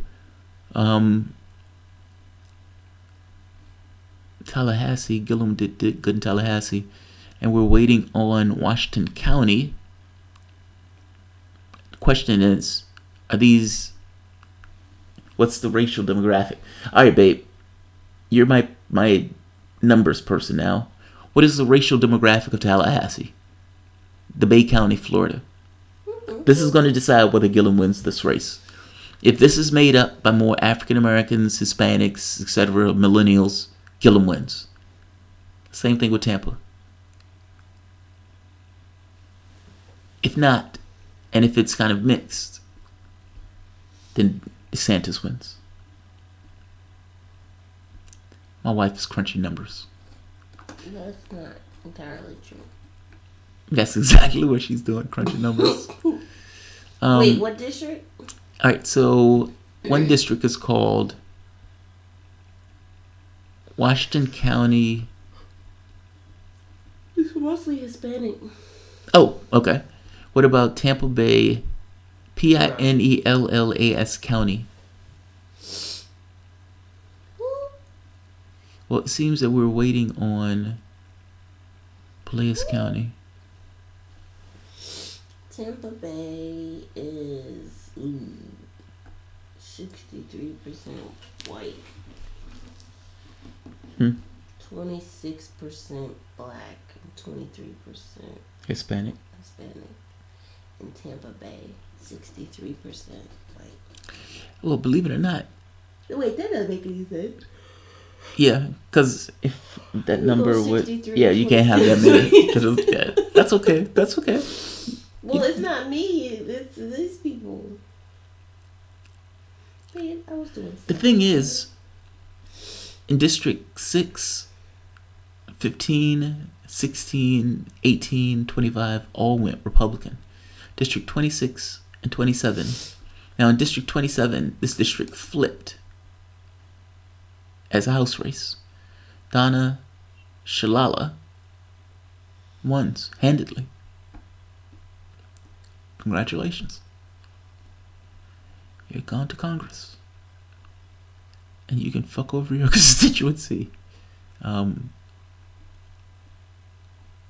With the best of them. But I don't know anything about her, so I can't say it about her. Alright. But we're still waiting on more for DeSantis and Gillum.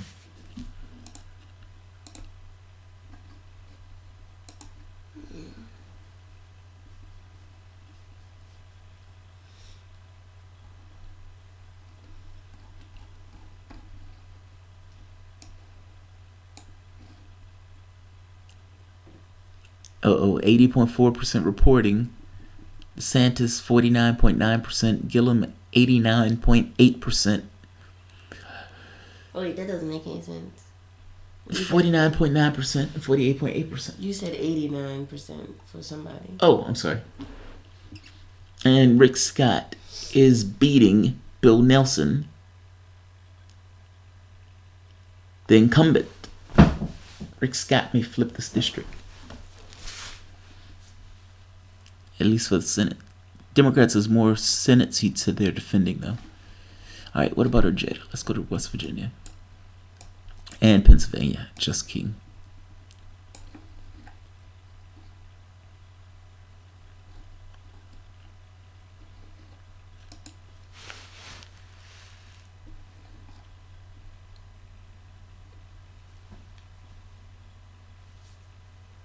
Joe Manchin is winning. 38% reporting. Ojeda 45, Miller 55. Ojeda 45, Miller 55. And that's in an area where Trump won by like 50%, some ridiculous amount. So he's putting up a decent race. Yeah, Trump won this by 49.3%. Bill Nelson and Rick Scott pretty much tied for Florida right now. All right. Andrew Gillum 49%, DeSantis 50% in Florida right now. It's moved up. All right, Andrew Gillum 49%, Gillum 50%. Babe, listen to what you're saying. Andrew Gillum 49%. Andrew Gillum 49%, and DeSantis, you 50%. said 50%. You right. said Gillum twice. Hey. Okay, play the tape. Okay, no, that's all right. if you say that. New Jersey, Menendez. So one more story I want to do while we're in the middle of it. Gillibrand beats Farley in New York. Brian Kemp issued voter ID laws. Now, there is no such thing as voter fraud, and the voter ID laws was used to essentially make it difficult for people to vote because he knew there is a larger percentage of people that aren't going to vote for him. Let's say it that way. That just so happen to be people of color and millennials. If you know this, if your premise is that there's voter fraud and there's no voter fraud, you've just lied. Your premise is wrong. Now, I have to ask, why are you creating a premise that's wrong? Well, you're creating a premise that's wrong because you want to make it more likely that people who will vote for you, and you know statistically that reality is that it's going to make it difficult for people to vote and suppress voters, especially voters who tend to vote Democrat. Just so happened, though, this time around, Brian Kemp himself had trouble voting. This is comical and ridiculous. Georgia's GOP candidate Brian Kemp was foiled by his own state's voter ID law when he tried to vote. That's just sweet justice. Georgia's Secretary of State and GOP gubernatorial candidate Brian Kemp had a problem with his voter ID when he tried to cast a ballot on Election Day. It turns out that his voter card was invalid. A reporter with Atlanta WSB-TV revealed in a video report on Kemp's issues voting at the polling location in Winterville, Georgia. According to the Georgia Secretary of State website, voters must present a voter ID, a driver's license, government employee ID, valid United States passport, valid military ID, valid travel ID, or a free voter ID card distributed to the county's registrar, Department of Driver's Services Office. The ABC affiliate did not explain what the issue with the GOP candidate's identification was, and added that Kemp was eventually able to cast his ballot. The sweet justice would have been if he couldn't cast that ballot. That would have been just fucking lovely. So Joe Manchin takes West Virginia. Swamp creature, establishment candidate, corporate tool, Joe Manchin takes West Virginia. Great. Great. That gets a so what for me. I don't like Joe Manchin. I'm just giving you the shit. I know. Don't give me shit because I give you shit. Patrick Morrissey, 44%. He wasn't even close.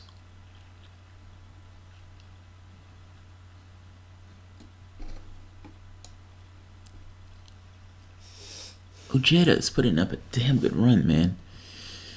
Thing is, I don't know about West Virginia's district, so I don't know how to evaluate this, but he's close. He's not too far behind.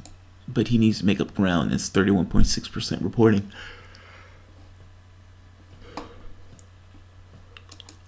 God, I've been doing this all day, guys, so forgive my yawning.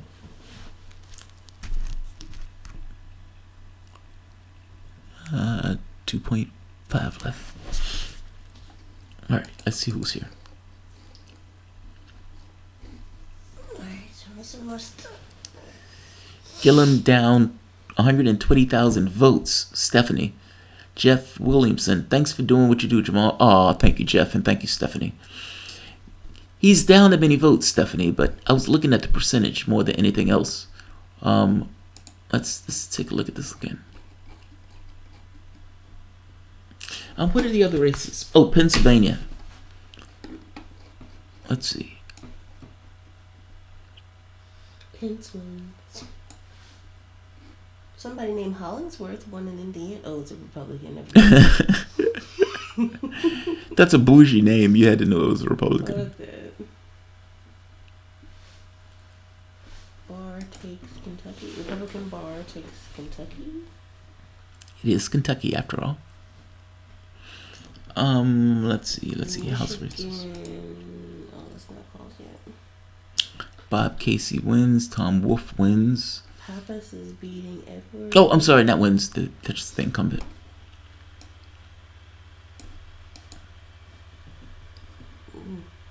Oh, actually, Bob Casey does win. All right. I'm in New Jersey now. They're going in alphabetical order.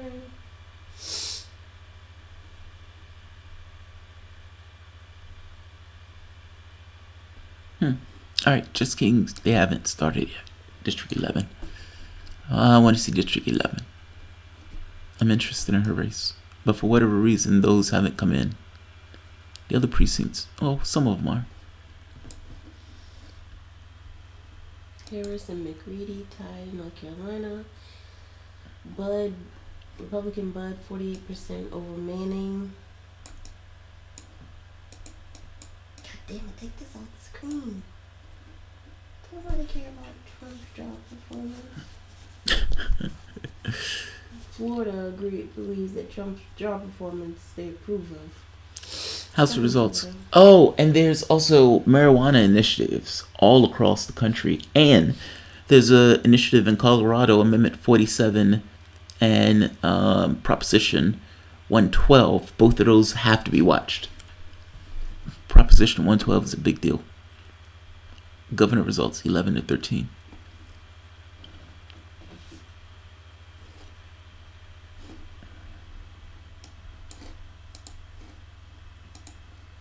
All right. I'll show you what I'm looking at.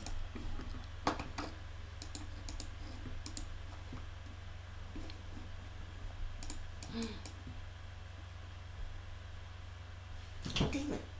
Let's go back to Florida. See what's going on, because that stuff is close. Oh, and Texas. Oh, go to Texas. Oh, wait. Come on, Beto.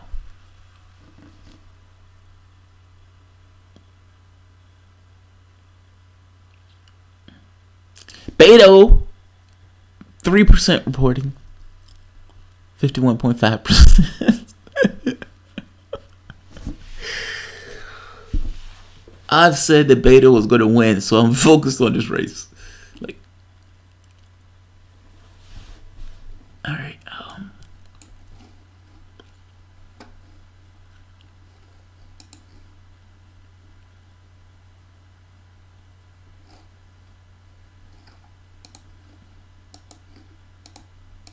All right.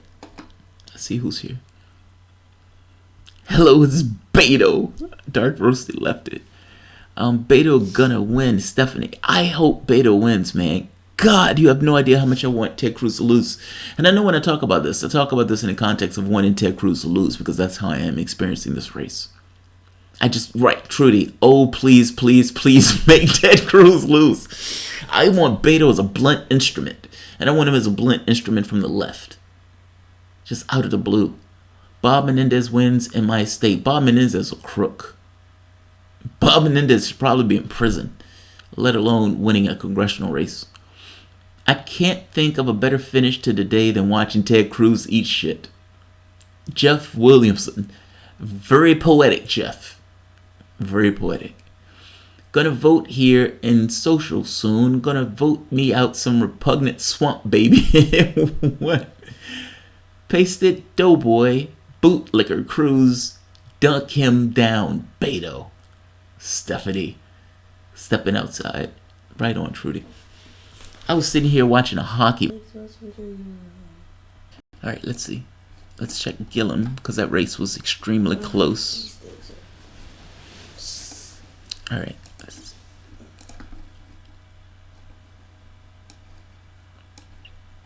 I'm sleeping. Alright, Florida. Now, Florida was in Republican hands for the last 2 terms.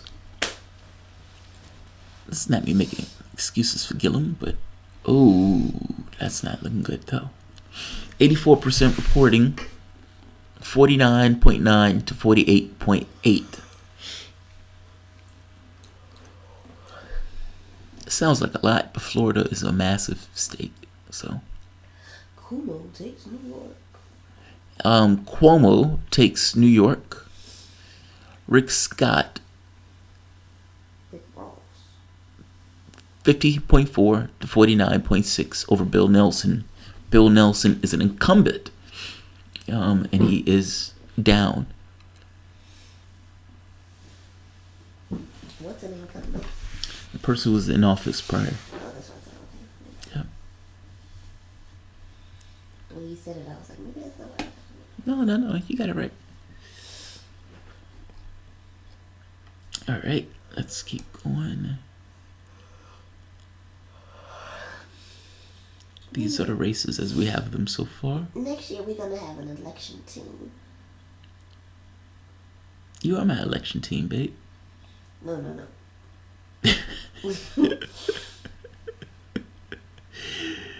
You're my election team. The governor goes to Tom Wolf. All right, is Tom Wolf a Democrat or Republican? Democrat. All right, so Tom Wolf takes Pennsylvania. Now, was Tom Wolf the incumbent? Oh, and Merlin, Ben Jealous. I think Ben Jealous won. Ben Jealous won? Well, wait. I thought I called Jealous the thing. Pennsylvania governor race with incumbent Democratic. Yeah. Ben Jealous lost. Are you sure? Positive. I'm looking at it. Oh, okay, that's what I said. All right, Larry Hogan beats Ben Jealous. That hurts. I wanted Ben Jealous to win. 51.4 to 47.8. I like Ben Jealous. Even David Chappelle was campaigning with Ben Jealous. And you know I like me some David Chappelle. Rick James, bitch. He's okay. Rick James. Rick James, by the way, there's a clip where Rick James is like, I won't smoke I never use cocaine. And then like later on he's like, cocaine's a powerful drug. Oh God, that is one of the funniest clips on the planet. Funniest clips on the planet. Only second to the clip where David Chappelle is with the blind guy. Essentially, it's African American, blind African American, and he doesn't know he's black, and so he's completely racist, and like he's like racist to the hilt, and he starts writing all of this like racist literature, and all these Klan members love the guy, and so he gets into a situation where he finally gets to the Klan thing, and he pulls off the hood. They're like, take off your hood. And his wife is like, don't do it, and he pulls off the hood, and the Klan member's like, oh. One guy's head explodes and all this other stuff. Now, the thing that makes this clip work, because there's a lot of like racial stuff that's in the clip, but the thing that makes it work is at the very end, where the guy who's dispassionately telling the story, he says, the reporter, and he's been with his wife for like 20 years, and he dumps his wife because he was a quote unquote nigga lover. Oh, epic. Epic. So epic. It's so epic. Clayton Bigsby. Right. Clayton Bigsby. God, man. That was so good. That clip was so big. How is there only 250,000 votes in Maryland? It must have been people who didn't vote. It must have been people who didn't vote. The best bit is when David Chappelle figures out he's selling his soul and bolts from a $50 million bill. Oh, that's wrong, ID Warp. That's wrong. Silky Johnson is pretty funny too. Silky Johnson is funny. I thought this was election coverage. It is election coverage, but we're waiting for results. You got results. If you got results, we'll talk about results. You're my election team, babe. Come on, babe. Okay, yeah. Donovan takes Rose in New York. You interrupted. Oh shit! Us talking about David Chappelle. It's telling me about Ocasio-Cortez. Or some random guy. Oh, let's look at New York. Ocasio-Cortez. Yeah, because this thing just blocked it. What the fuck? All right. I don't know what's going on with the technical difficulties with the election team, but she interrupted me talking about David Chappelle, one of the finest comedians on the planet, to tell me about some random guy that nobody has ever heard of, nobody will ever heard of, with the exception of the people in that particular district. But I love her dearly. Let's see, New York. Now, Ocasio-Cortez should be sailing her way to the House of Representatives. Christian Gillibrand, great. Whatever. Andrew Cuomo, great. And that also gets a whatever for me.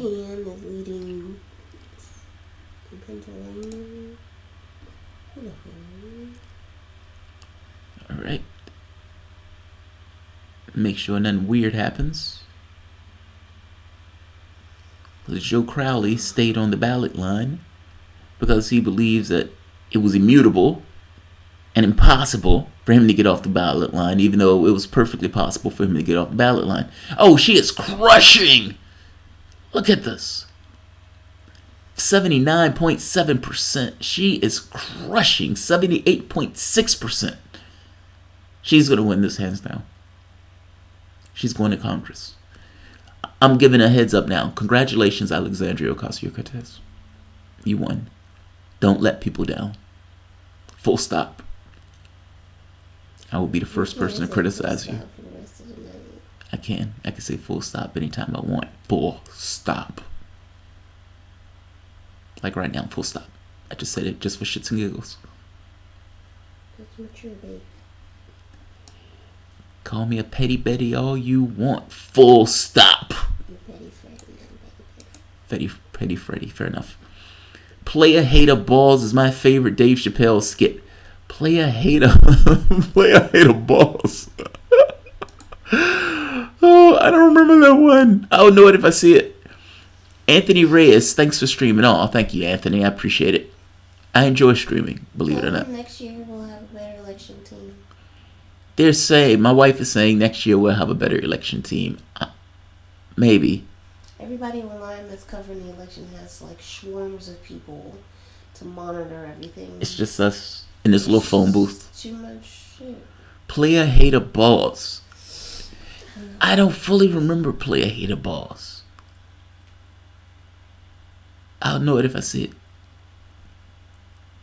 Some of the viewers are dropping off. Crowley has 7% of the vote. Yeah, Crowley is a non-factor. I do still think it's Petty Freddy that he stayed on the ballot line, however. Full stop. Is Zach Howler in a sunken place? the Brendan V. It looks like it, doesn't it? Love when talking shit to each other in the ball. Silky Johnson. God, I love those skits. Should we push for Ocasio to be Time Person of the Year? She hasn't done anything.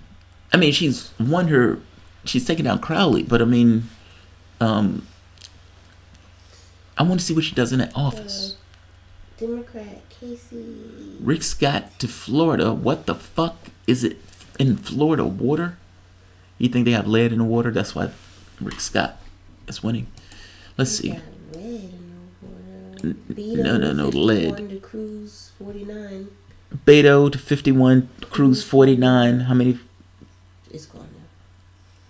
I don't understand how those things leave you, babe. Well, I'm watching one that's streaming everything. Oh, I see. All right, so let's jump to... Baldwin takes Wisconsin. Democrat Baldwin takes Wisconsin. Is that a flip? I need to know whether or not the districts flip. Like, don't get me wrong. I appreciate that. I do need to know who wins, so don't misunderstand me. And I do appreciate your... Somebody's talking about the Barcelona game. 86.6% reporting. Gillum is down 49.1 to 48.9. He's down 1 percentage point. Oh, that's nothing. No, but it's not horrible. He can make it up.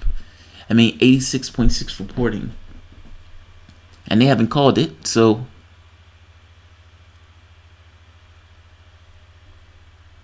it could be worse. They could have called it. Jealous 50%, Hogan 49%. Been jealous? 50. Hogan. I thought the race had been called. Not on this one I'm looking at. All right, maybe I'm wrong on Ben Jealous one. Let me go back to Florida. I could be wrong. Somebody named Christ is running in Nebraska. Holy shit. Did you know The way, the truth, and the light. All right. I have Hogan 51.4% and Ben Jealous 47.8%. Oh, I see. But it says they're called. But they've given him the election. Why have they given him the election with that small percentage? Mine doesn't say that. Democrat Wolf takes Pennsylvania. Well, see, on mine, they checked it. They said 3% of the opposed reporting.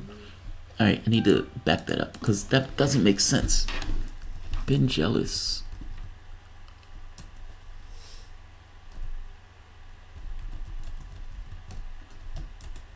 Results. Guys, I'm checking this.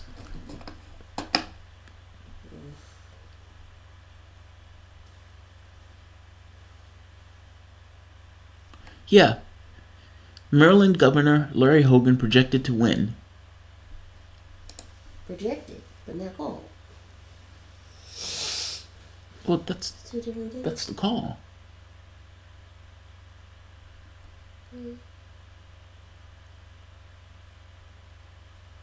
Maryland Governor Larry Hogan defeated Democratic challenger Ben Jealous. NBC projected.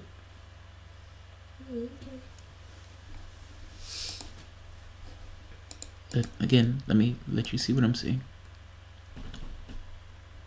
With 3% called. God damn it, fucking capitalism. Maryland Governor Larry Hogan projected to win re-election. Maryland Governor Larry Hogan defeated Democratic challenger Ben Jealous. NBC News projected. But they projected this with 3% of the precincts for voting. That means that the other precincts that are voting are probably Republican districts. That hurt. If there was a blue wave, Ben Jealous would have won. Or you could say, if this is a bellwether, if there was a blue wave, shouldn't Ben Jealous have won?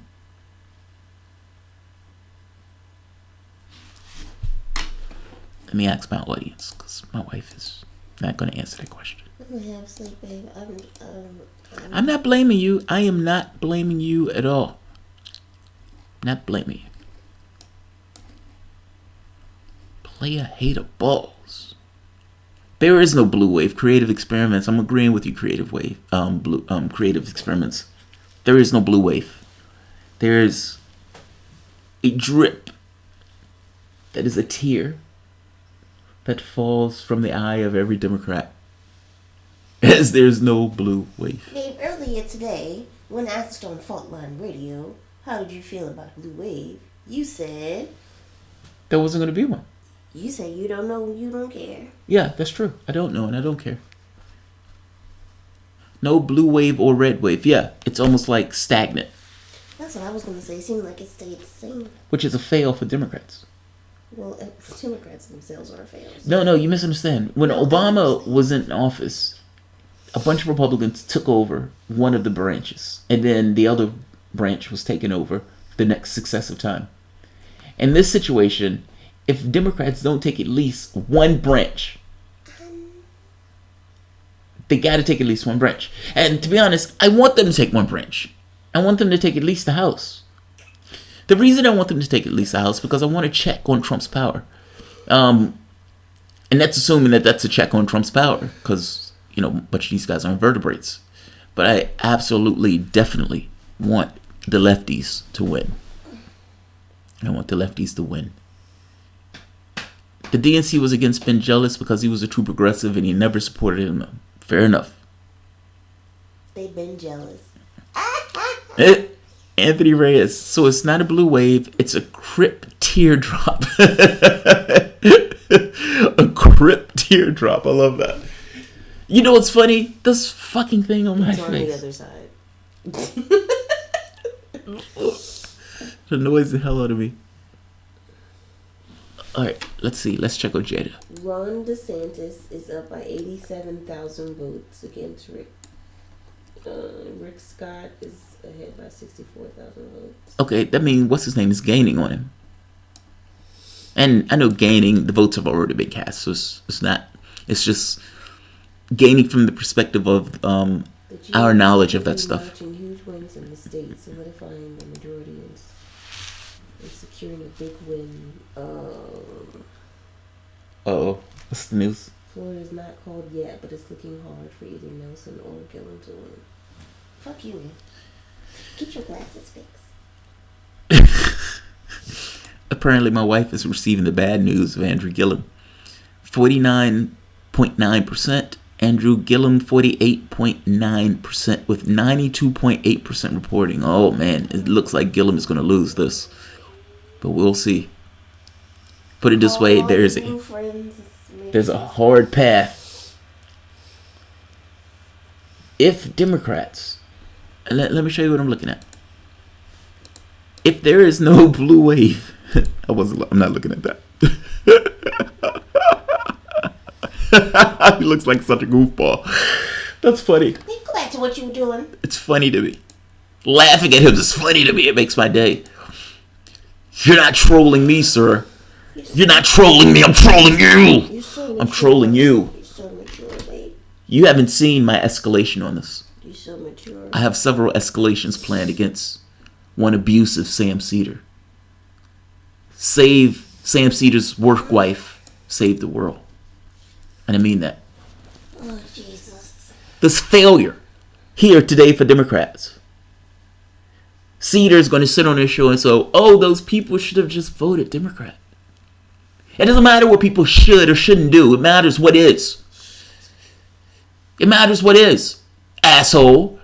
If what is the world that you get, the failures of your party, needs to be interrogated. Not shaming people for not voting for the people who are in your party, for not voting for Democrats. You guys are goofballs and clowns.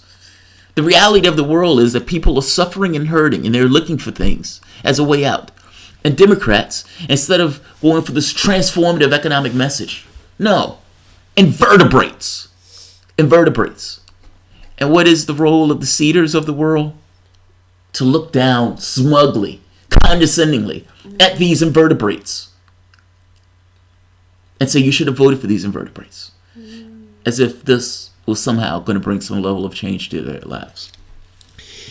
Republican Party, in no way, represent the interests of the people that put them in that office.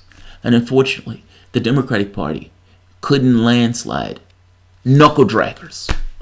Knuckle draggers. Now, instead of you looking at the world at what is and try to understand why on earth will people do this, you wag your finger at the people that vote that way. Good luck with that. Good luck with that. You are one of the people that have the tear because you didn't get your blue wave. I actually want a check on power in the House of Representatives. So this is not me being an absolutist on this point. But I do look at the world and try to understand why people are so magnificently fucking themselves by voting Republican. As opposed to shaming them and saying they should have voted for some invertebrate. Just saying. Save Sam Cedar's work wife. Abused work wife. Save the world. And by the way, while we're talking about this, I want to thank people who supported my GoFundMe account. That GoFundMe account is now in my description box.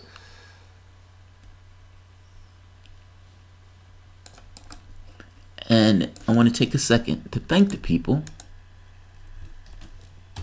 that have contributed. I'm trying to get $1,000 to donate to the abuse. Oh, there's somebody else that donated.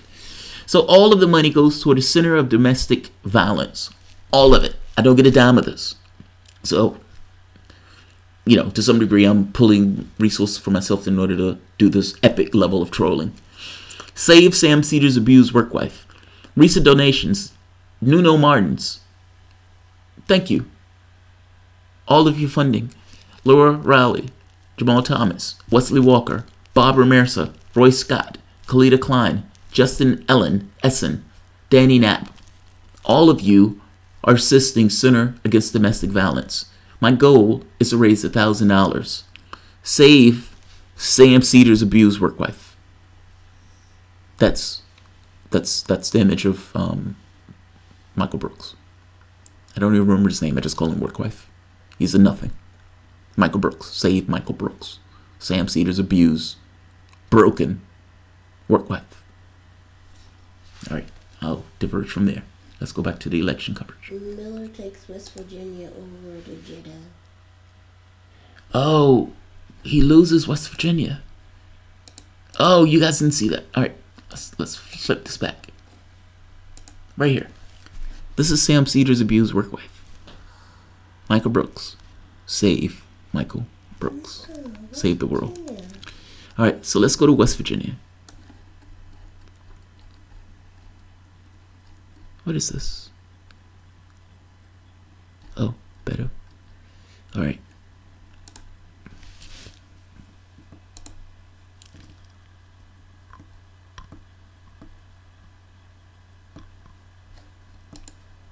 All right, I think I have bad news about Ojeda. God damn it, I want Ojeda to win. All right, so you were 42% reporting Ojeda is 44.7%, and Carol Miller has 55.3%. Trudy, HuffPost is a great interactive layout. Thank you, Trudy. Let's go there. This shit, I'm gonna sucks. Thanks, Trudy. Well, wait, let me get there first. Yeah, I know. Don't thank her till you get there.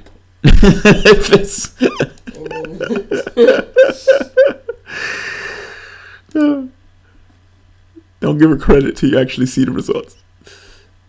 All right, Trudy. All right. Okay, this is a little complicated, but I think I grasp it. Let's go to House races. So far, 74 Democrats, 81 Republicans.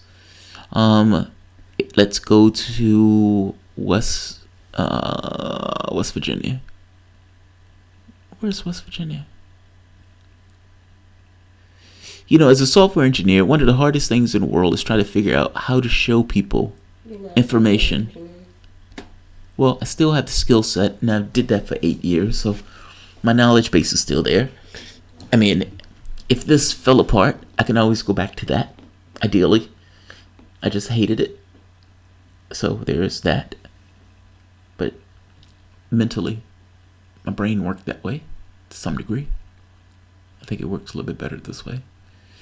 West Virginia District, 43% reporting, counted 55% to 45%.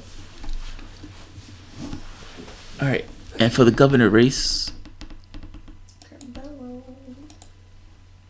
state, let's see.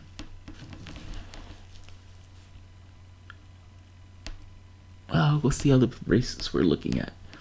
Oh, Texas.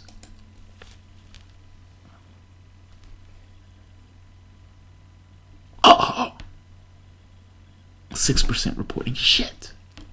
But Beto is up by 1 point. All right. We got some. All right, we're doing our thing. This is weak. Doing our thing.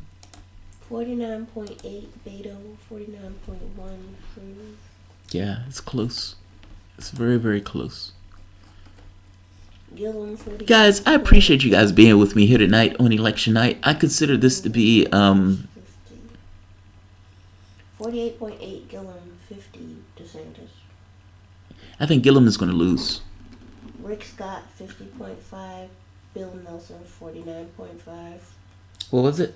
Rick Scott, 50.5. Rick Scott, 50.5. Bill Nelson, 49.5. Yeah, it looks like Bill Nelson is going to lose Florida, but we'll see. Love the show. I just wanted to contribute. Sync Hex. Aw, thank you, Sync Hex. I appreciate it. Gillum going to lose. It looks like it. Jamal, I might switch over to see how Jimmy is holding out. He put on a lot and took a Nova as well. Yeah, he's gonna hurt. Jimmy Dore is just very quiet. Alexandra Anderson, we love being with you, Jamal. Oh, I love being with you too. If Gillum loses, it's because lied by running to the right after the party. You know, every time somebody loses, the thought, even from the Republicans, gain House control. Democrats just hit 78. They get House control? To balance of power, the House looks like they're calling it. Okay, so it looks like Democrats are going to take House control. I don't know if you can trust it. It's a Fox News special. Oh, it's a Fox News special. It's nothing. It's nothing. Update. Nothing. Whatever. Yeah. If that's Fox News, we can't count it.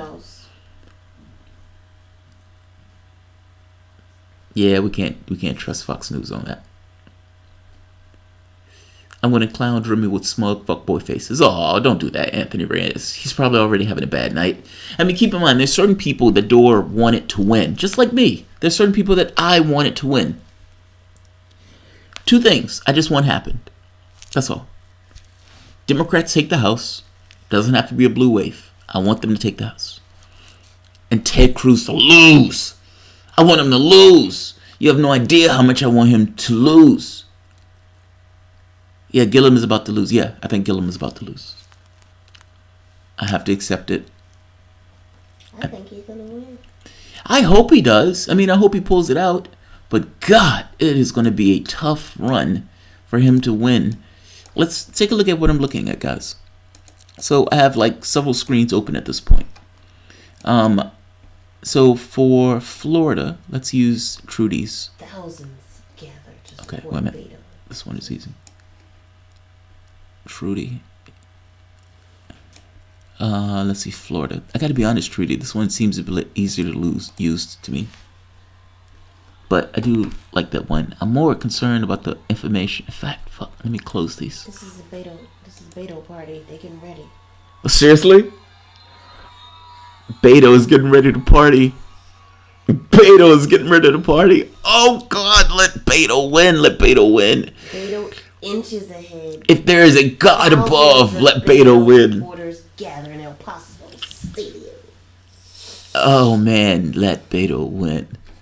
Alright, let's close all of these. Because I need to keep as much space as I can. Alright. Trying to cut what I'm using to the bone. Alright. Gillum, 48.8. DeSantis, 50. And 94.4%.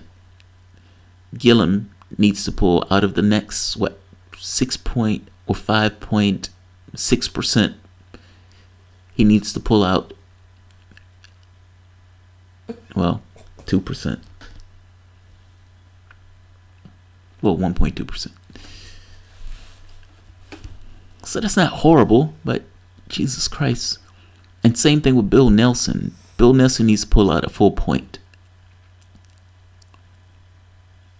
Alright, Ojeda is looking a little rough also. We haven't called it yet for Ojeda, but it looks bad. Who else? Georgia. Stacey Abrams. I forgot about that race.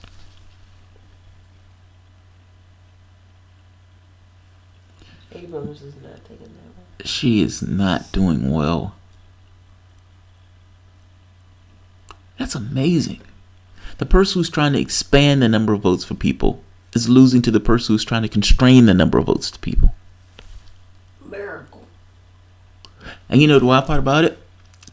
If Gillum loses by over 1 million votes. Yeah, 48.8 to 50% for DeSantis. Keep in mind, Florida's system has disenfranchised over 1 million human beings. Once you go into the criminal system, you're not allowed to vote. Florida takes away your vote for life. Florida is not the only state that does this.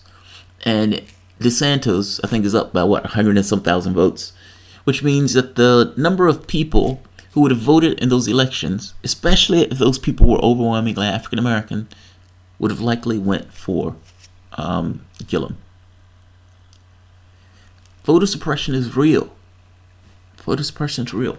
These are human beings that live in a particular city that no longer has any access to influencing the political debate from the standpoint of voting in the political apparatus.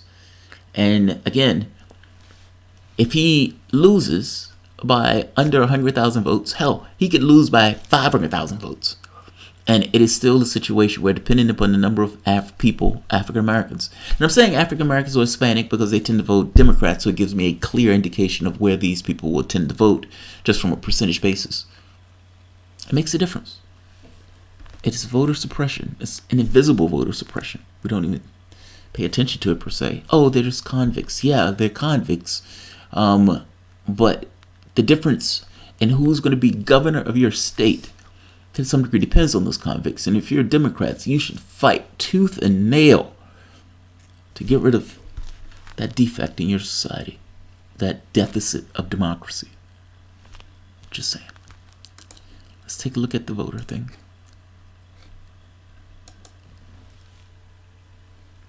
Beto's still up. Whisper a dream. Alright, Stacey Abrams. If there was going to be a blue wave, Stacey Abrams would have won. And I would make the point that the opposite is true also. Ojeda is out. Okay, Ojeda is... My wife is telling me Ojeda is out. Let's confirm that.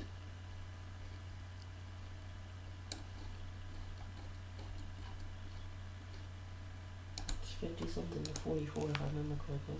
Yeah, but what's the... I mean, is that the projected win? Mm-hmm. I think they're calling it. I'm going to do too many things at one time. You can't have it thinking, babe. You gotta know. Well, you can determine it when I call it out. Alright, so there's 64.4% precincts reporting. They have not called it. My election team needs to be a little bit more accurate in the things that they say because it goes out to a lot of people. Gillum still too close to call. 48. Gillum still too close to call. 48.8 to 50. 48.8 to 50. DeSantis is winning. David McKinney, Republican, wins the District 1 of West Virginia. That's amazing. West Virginia is one of the poorest states. And yet, they're still choosing people who are going to make it poor. Talk about people eating themselves. Man, if they had somebody who would actually represent their interests. Bill Nelson supposed to call 49.5 to 50.5. You know the wild part about this? If you're going to lose in West Virginia anyway, why not run as a lefty? Rip your shirt off and go running through the streets as a lefty. Be clear, unabashed, lefty. If you're going to lose anyway in West Virginia, it's a red state, you're going to lose anyway. Do what Beto did. Beto said, fuck it. I'm going to run in this particular way. Now, whether he means it is something different. I would say, though, if Beto doesn't mean it, and he repudiates everything that he said in that campaign, then Beto needs to fail. Even if Ted Cruz is on the other side. Oh, God, that would hurt. But it's called accountability. But, God, I want Ted Cruz to lose. I want him to lose. Let's see. He's getting another 0.1%. He's up 49.8 to 49.1 over Cruz. 49.8 to 49.1, my wife just told me. Let's see. And for the House, Republicans have lost 3 seats in the House.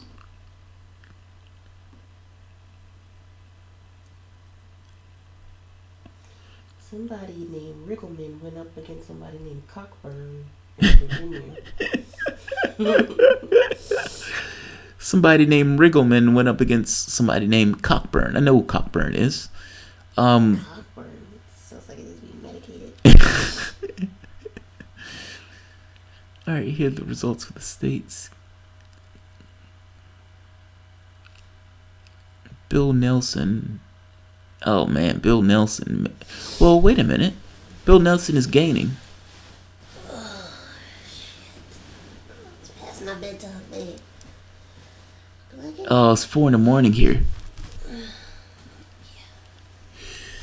Election team tired. Yeah, I've been doing this all day. You probably can see it on me. Let me show you what I'm looking at. Claire McCaskill, 52%, 3.7% reporting. Deb Fisher of Nebraska. Bob Menendez, incumbent, race call for Bob Menendez. Crook Bob Menendez. Bob Menendez that should be in jail. Bob Menendez. But fair enough. Christian Gillibrand, Democrat, is not just beat the stuffing out of, burn the stuffing, ate the stuffing, crapped the stuffing into a toilet, and then recycled it as a tree. Okay. I'm trying to get across how bad she beat Shay Farley. Democrats hold Pennsylvania 17th. Sherrod Brown, good, I like Sherrod Brown, beats Jim Rincey comfortably, but not ridiculously so. 70% chance that Democrats take the House. There is a 70% chance that Democrats take the House. It was like 50 something earlier. Ted Cruz is up on Beto. Fuck that. What the fuck? That's bullshit. I still got 49.8 to 49.1. That's not what I got. Hold on, let me check a different site.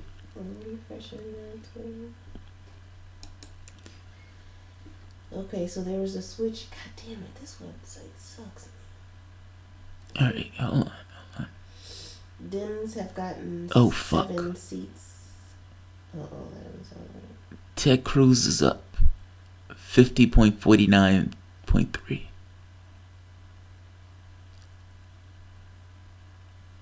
With 12% reporting. O'Rourke 48.5, Cruz 50.4. See, I have 49.3. I'm going to bed. What? 49.3. It's what it is. You have to face that stress, babe. I don't want to slap you, but we need to I need you to face the stress. I hear people are like, me too, asshole. Me too. Putin flipped the switch. Is that what happened? There's a 100% chance I smoke this weed and watch American people willingly destroy themselves. Yes, that's exactly what's going to take place. Go to bed. Use 538. All right, Jay Scott, usually a troll because he loves Sam Cedar, wants me to use 538. He hates my GoFundMe on Sam Cedar. He misses the point that Sam Cedar attacked my channel. Sam Cedar has over 400,000 subscribers, and he attacked my channel. So fuck Sam Cedar. And to some degree, fuck his feelings. I'm going after him. He's not trolling me, I'm trolling him.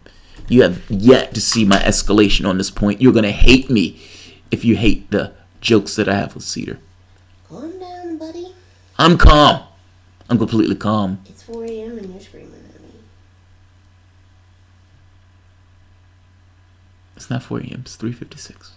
Bam. I'm tired. I'm tired too. I've been doing this all day. Alright, so let's see. Which seats have changed parties so far? Alright, so we have 1, 2, 3, 4, 5. Democrats have taken all of these. Party flips in the Senate. Oh, Democratic incumbent. Democrat is losing ground in the Senate. That's what's taking place because it looks like Bob, what's his name? Menendez. Yeah, it looks like he's gonna lose also.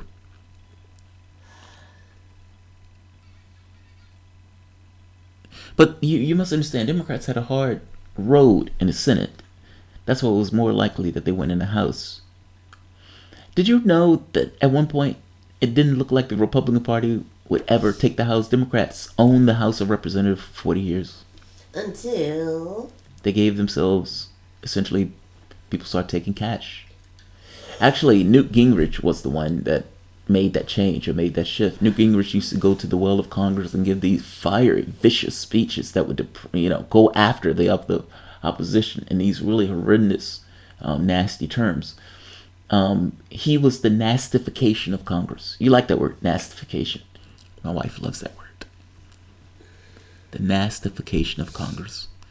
Fact of the matter is, the point where the person pulls a gun, you're forced to pull a gun yourself. Otherwise, you're going to get shot. You know what happened to the guy that brought a knife to gunfight? He got shot. He stabbed him, though. No, he didn't. He didn't even get close. If he was a knife thrower, he could have thrown it. Yeah, the guy would have shot the knife out this guy.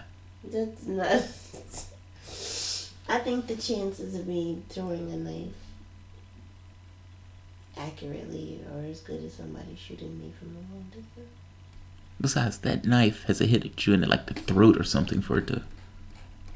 It just has to disable him. Yeah, 538 sucks. I mean, their election coverage may be good, but I need a snapshot of the wins and losses, and I'm not getting it. Real-time forecast, 7 in 10 chance that Democrats win control. So Democrats have a 70% chance of winning the House. Good. It's called Jealous Lost. Jealous Lost. Did we report that already? Yeah, I reported that. They had like 3% reporting when they call for being jealous. That's fucked up, man. That is fucked up. I'd be upset if that was me. I'd be upset too. These motherfuckers don't even give me insurance. I know, right? Let the boats come in. Yeah. That would be me. I would be cutting out. Yeah, I'd rage out. I'd totally rage out. It's like, motherfucker. Jeff Sessions is losing. Like 3%. How can you know anything? Turn around and be like, these bitches racist. But I think being jealous is like mixed or something. Is this old? What am I looking at? Okay, they must be saying the same thing over and over again. Okay. Let's see. Yeah, 3%. They called it. That's fucked up. Democrat Connor Lamb takes Pennsylvania. That is a switch. Oh, Connor Lamb takes Pennsylvania. Actually, let me see. Colorado. Colorado is important. I want to see its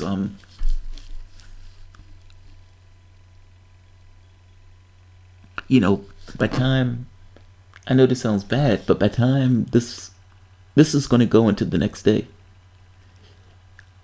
we'll have to run out, get a card, and come back. It'll probably be daylight by time.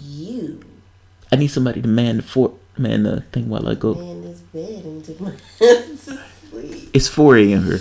I've been doing this all day. It's tired. All right. So the key house races.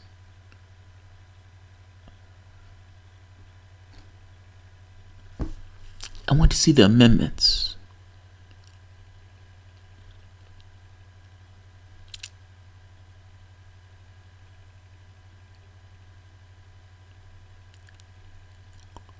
Yeah, I want to see the amendments. You guys are seeing what I'm seeing, so this is Colorado. Jared Polis is leading by 6 in a race for governor with 58.9% of precincts reporting.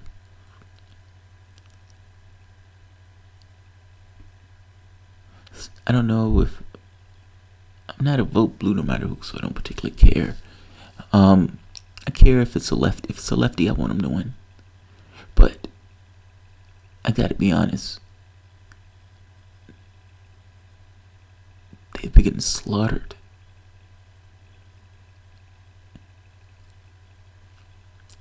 Thing is, though, it's spirited runs. Like Tim Canova hurts, but Tim Canova was running an uphill battle against Deborah Wasserman-Schultz. If Deborah Wasserman-Schultz even thought that Tim Canova was close in that race, she would have had a debate with him. All right, what's going on in Texas?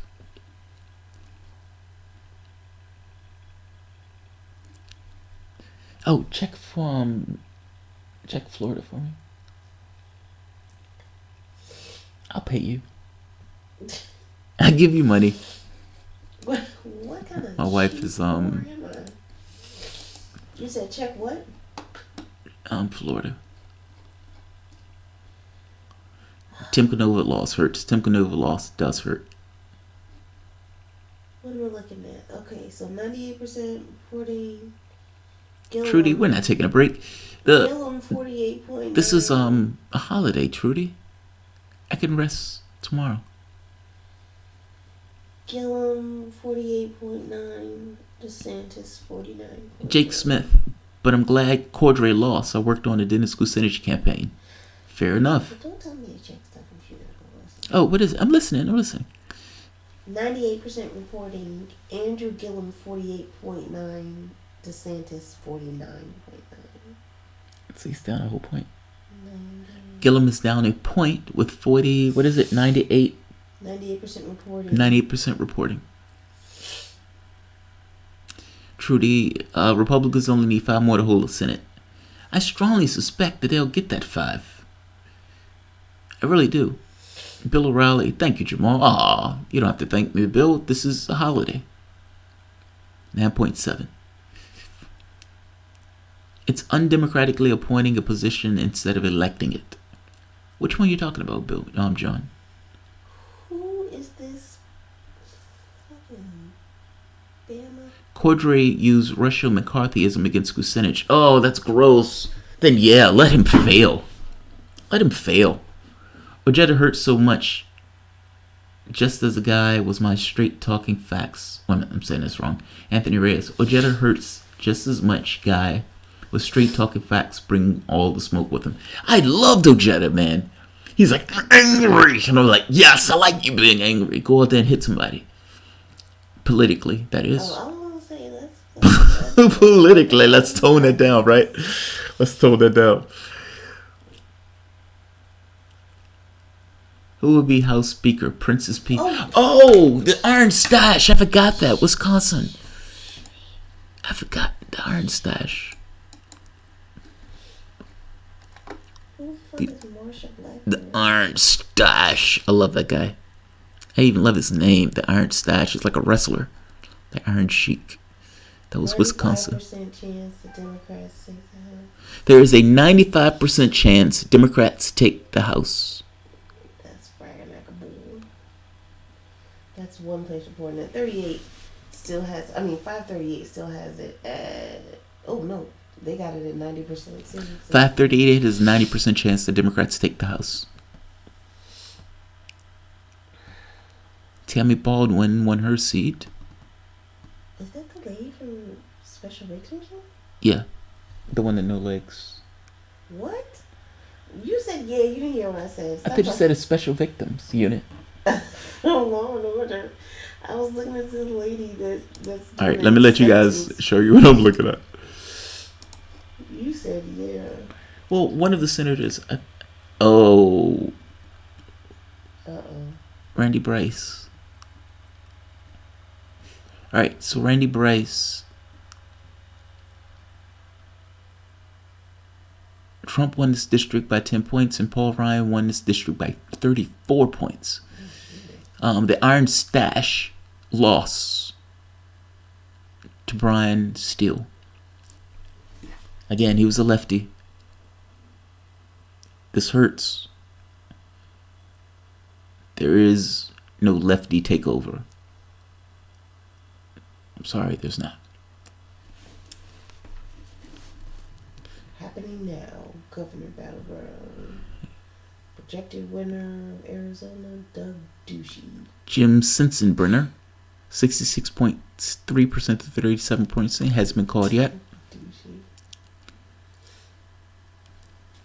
But they're projecting like a, let's say, 70% chance that Democrats take the House. I think at this point they said it was like 90%.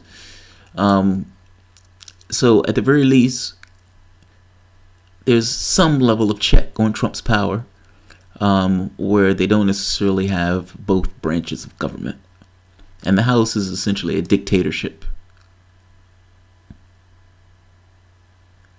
Chase Scott was the one who tried to get somebody to do a hit video on me. So if you think of being harsh, I'm not. He's a grown man. He can take it. I didn't think he was being nothing. Oh, okay. So calm down a little bit. I'm calm. Very calm, actually.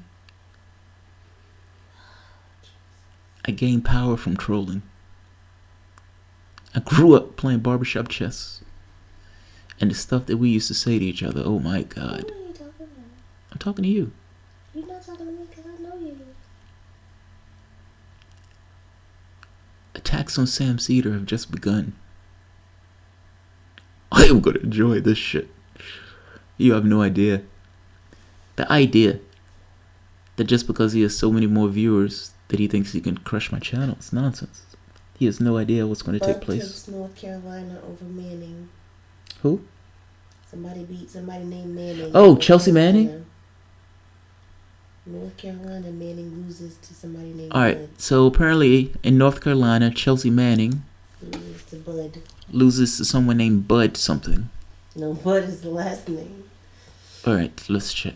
See what's going on. I didn't know who Manning was running against. In fact, I forgot all about that race.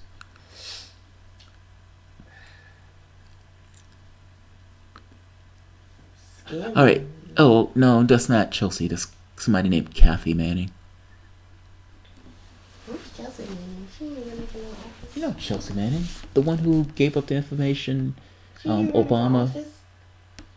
Chrissy Houlihan wins Pennsylvania House, which is a switch. She beats Greg McCauley. Okay. Chrissy Houlihan. Dems have gained 11. Alright, this is the woman who is paid to lie for a living. At the end of the day, the president's going to work with whoever comes into office. We have a lot of things on our agenda, and we look forward to getting them all done.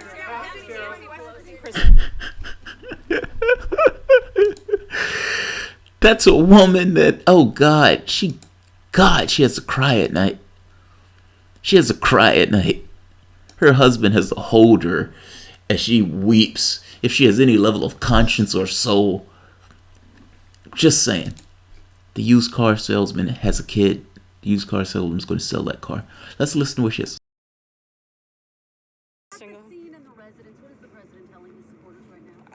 again, we feel good about where we are right now. Still a lot of evening left to go, maybe some early morning as well.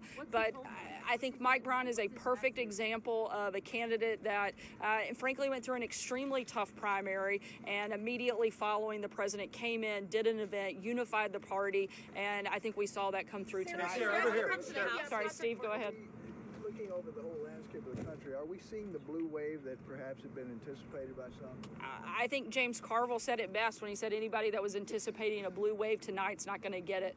Maybe you get a ripple, but I certainly don't think that there's a blue wave. Sarah, behind you. Sarah, West Virginia, Patrick Morrissey embraced the president, and yet he didn't win tonight. What happened there? The president went into West Virginia and campaigned against Joe Manchin. Look, I think so far, most of the races where the president has gone in,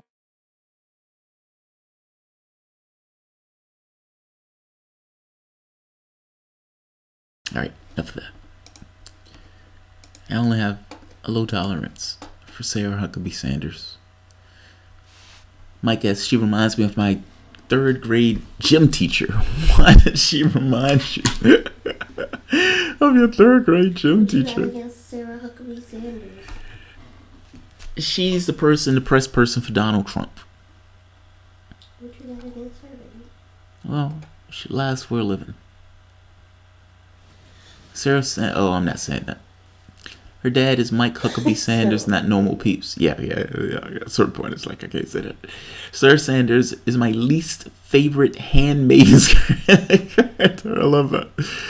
Ooh, the percentages are dropping for the House. It's back down to 75%. Really? All the way up to 90.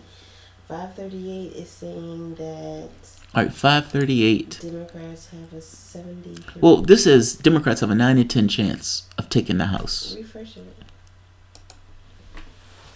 That's what it said for mine too, but this latest one. The latest says Democrats have a 9 in 10 chance of taking the House. Oh, okay. I'm just saying. Okay. Just saying. I'm gonna refresh my other page. Did it come back? It has 89.98 to be exact.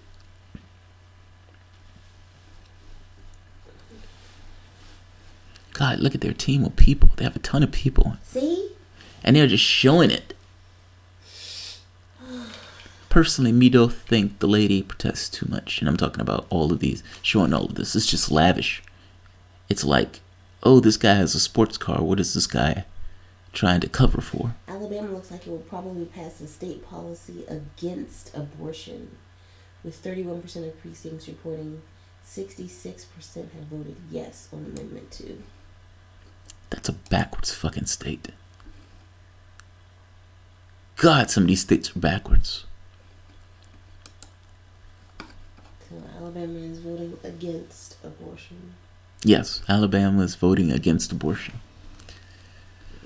All right, who else? Oh, let's go back to Florida, see what's going on. Don't do that. Don't start yawning. Start doing it. You know, you be up like this all the time, but I be asleep. Andrew Gillum, 1%. Still down. 98.2% precincts reporting. They might end up in a runoff. We never know about them until the morning. It is morning. I mean the morning at home. It's 4:13 here. 12:13. Do you know where your children are? Do you know where your children are? Here are the race results in Florida. Ojeda takes an L. They call Ben Nelson with 3% of the precincts. I got 46.6. Ben Jealous 52.5.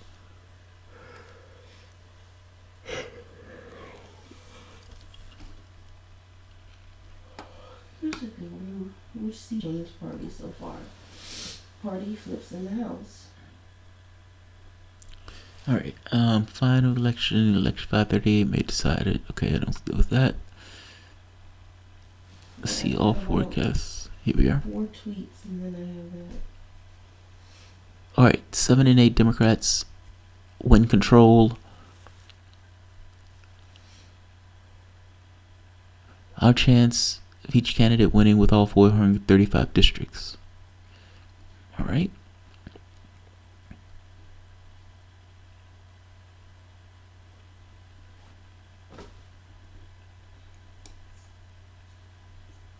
It's a lot of metric. Loses to Kevin Cramer. It's called. By how much? What state? 58 to 42 in North Dakota. All right, let's go to North Dakota. I can't. Because I am immensely curious about this. 58-42, they called it. North Dakota. They've called a big one.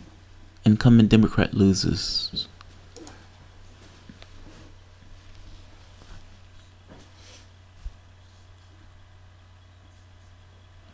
Oh, she lost bad. It wasn't. It's like, that's brutal. I mean, the thing is, they're only 49.8% of precincts reporting, but they're assuming that they're calling it. Heidi Heitkamp loses in North Dakota. I'm curious about whether or not this had the Native Americans and the number of votes that they had have any impact on her loss. We'll know in the end. It's not that I have love for Heidi Heitkamp. I just want people to be able to vote.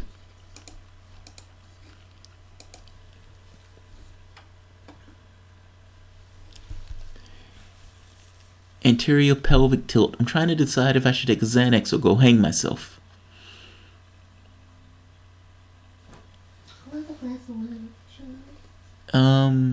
I don't know, man. I can't answer that one for you. Don't hang yourself. I can't answer that one for you. But this is looking bad. This is looking very bad. Ocasio-Cortez is one of the lefties that's won. But beyond that, I am not sure. And she was everywhere in the news. She was everywhere in the news.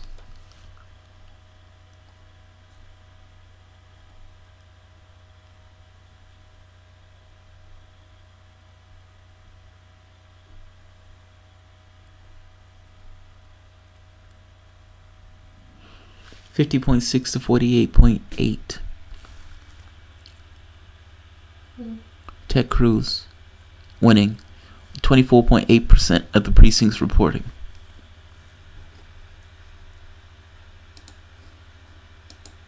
No, you need to see it. You guys didn't see it. Ted Cruz, Beto O'Rourke. Ted Cruz 50.6, O'Rourke 48.8. 48.8. Democrats have a 7 in 8 chance of winning control of the House. 39 Democrat seats gain, or average gain. 80% chance gain of 21 to 59 seats. 10% chance to gain more than 59 seats. Fascinated by the way they do the numbers. I don't know why they don't apply this to life circumstances as opposed to having these political ideologies. Use science to make a determination of how we live our regular lives.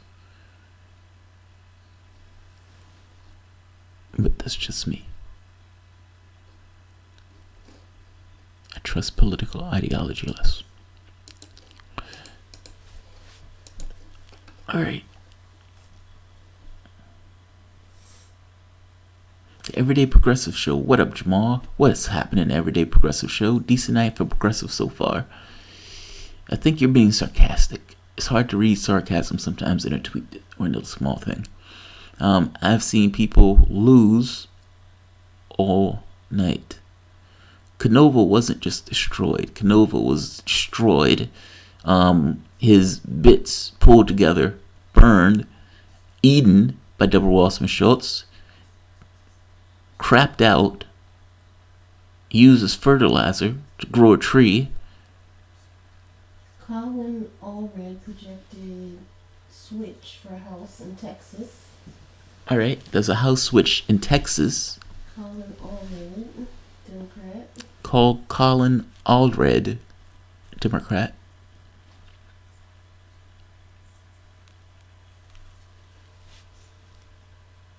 Winslow, I like the cut of your jib every day. Thank you, Winslow. Where's he from? Where's Winslow from? Jamarl Thomas, what do you think about disclosure in the Trump era? Whether or not Trump is going to open the books. Do you want Trump to open the books? Real question. Like think about Trump lies as easily as he's breathing. How can you trust anything that he's saying about it?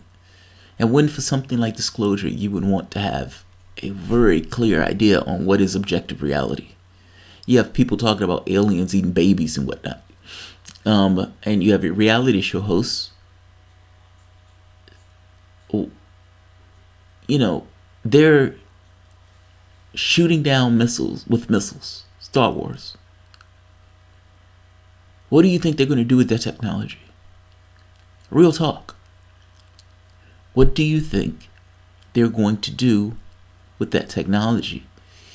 If they're able to reverse engineer that stuff, they're going to use that stuff for weapons.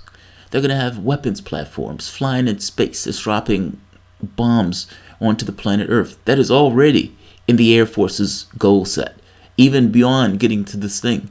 I guess I'm asking a very different question. What do you think they're going to do with it if they did open the books? I'm just saying. Let's see. Beto. I didn't see anything where Beto lost. I just saw the election still going. But let me check. Mitt Romney just won. Mitt Romney apparently won. In Utah. Good old Mitt. It looks like that race is still going.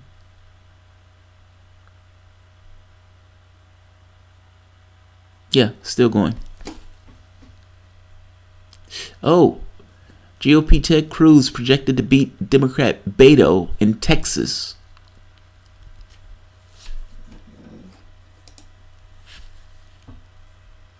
Oh, this hurts. Epic pain.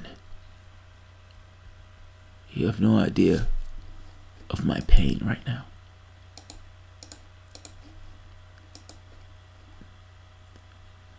GOP Senator Ted Cruz projected to beat Democrat Beto in Texas.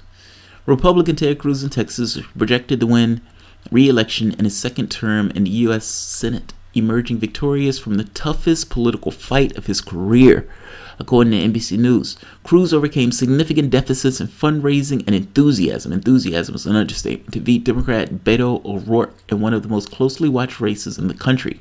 Texas is solid Republican statewide, but in O'Rourke, Cruz was confronted with a telegenic young opponent who electrified the Democratic nationwide. It's 28% reporting. 51, 49.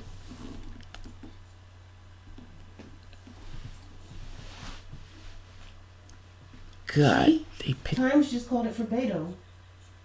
What? What? My wife is saying that New York Times has just called it for Beto.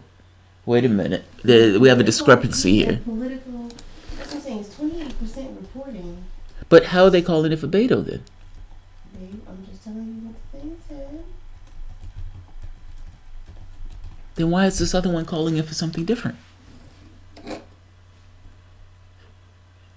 Babe, you gotta be precise.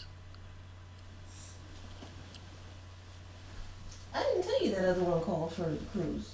You started reading this. No, wait, no. You said they just called it for Beto. Yeah, I'm looking up some more stuff now. But the other one just called it for Cruz. Babe, I feel you. You act like there can't be a discrepancy in the reporting. They tend not to. Alright, well, let me check. Okay, so I need to know what you're looking at then. I need to verify the source. Because Beto is down right now. So if they're calling it for Beto, they're calling it for Beto with him down. This was CRTV and Politico.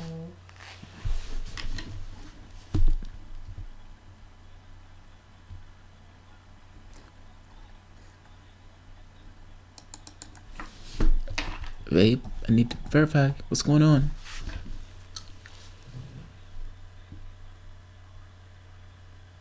Yeah, I don't know what they got. Okay, so I have no idea. Beto O'Rourke debates Ted Cruz. I don't see it. Did Beto blow it? Politico. Did Beto blow it? Politico. Yeah, I'm going with the one that I see, and that's they're calling it for Ted Cruz. Because I don't see what you're saying,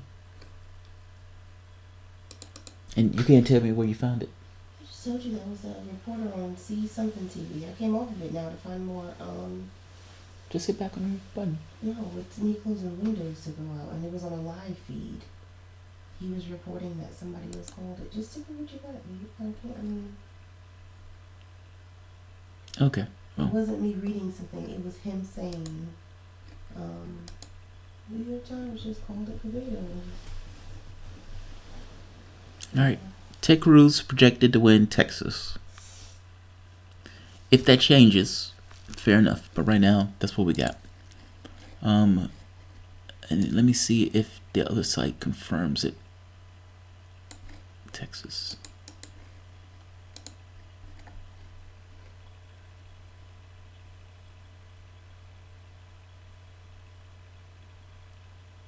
Oh, Ted Cruz. Ted Cruz 51%, Beto 48.3%, with 31.6% reporting.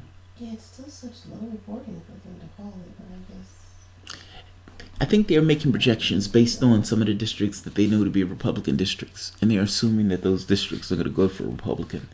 And so if there's, let's say, 60% of the districts left are Republican districts, they're going to be like, he's no way he can make up that gap.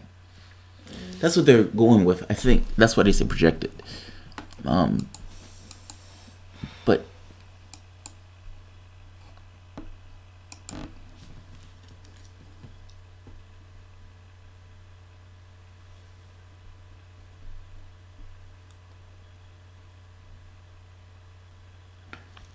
control of Congress.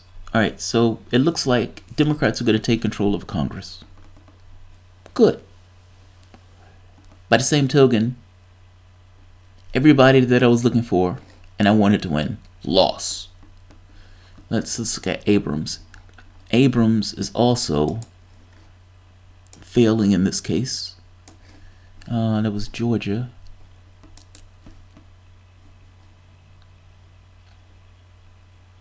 I'm going to go to the Wi-Fi guy tomorrow. Oh God, he's beating the stuffing out of her.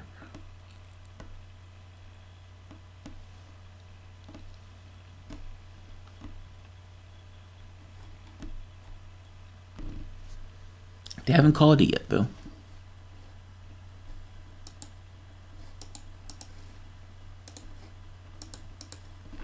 Yeah, they haven't called it yet. Richard Berry, yay! Way more corporate Democrats. Great. But will Trump get the electric chair? Right, because essentially if Democrats take the House, they're going to crucify him.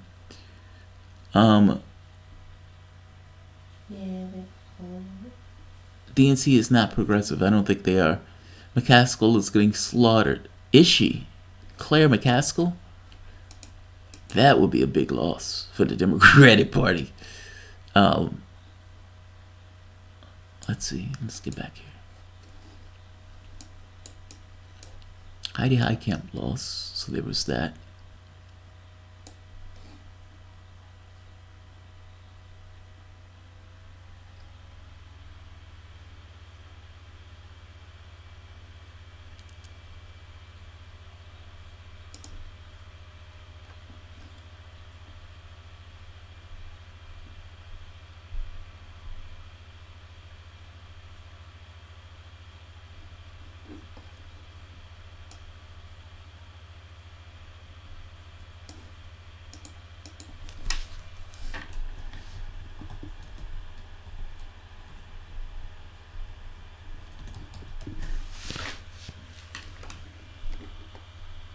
No, she's doing okay. Unless I'm wrong on this. Who was that? Claire McCaskill. But I think it might be too early. Laura Kelly is a switch for Kansas governor. Democrat. Kansas governor goes to the Democrat. Laura That's a switch. Laura Kelly beats out Chris Kobach. beats out Chris. Oh, does she? Good. You gotta say it. Good. Fucking A. So that's at least one. 50% to 42%. I don't know anything about her, but I wanted Chris Kobach to lose. I wanted him to fail miserably. Well, he did. Good. And not just lose, lost magnificently. Lost magnificently. God, look at that. That's a beating, man. That's an outright beating. She stumped a mud hole in Chris Kobach. Good. McGrath, 48%. Bars and... And Claire McCaskill's not losing so far, so she's alright. Democrats won both houses. Democrats did not win both houses. No. Democrats seem to be like they're going to win the House at least by 80% chance. Haley Stevens. Not the Senate, though. They lose the Senate. Haley Stevens in Michigan beats out Lena Epstein for a switch. Haley Stevens in Michigan beats out Epstein for a switch in the House. Excuse me, Epstein for switch in the House. Anterior pelvic tilt. That's it. I quit. Something is wrong with H.A. Goodman, Dustin Gleason. No, H.A. Goodman is responding to environmental factors. He cheated this guy. Republicans won the Senate. Democrats are maybe 3 wins away from the House. Yes. Abigail Joan of Arc. Sternberger beats Dave Brett in Virginia. Yeah, I saw that. That's the CIA woman. Okay. That's the one who's running her CIA record. I feel bad for Sarah Smith in Washington 9. That's another race that I wanted to see. Sarah Smith in Washington 9. Thank you for reminding me. Yeah, let's flip this over.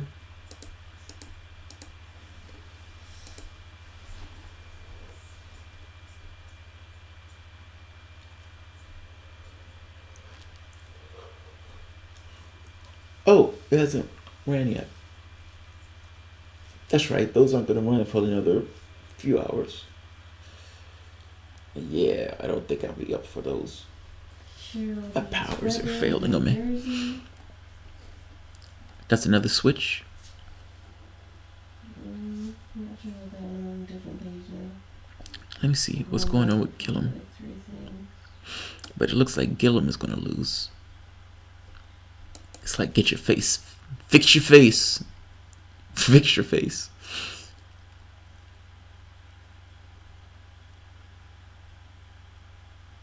Bill Nelson looked like he's going to lose. 98.5%. He may be able to pull it out. Depends on where they're pulling it from.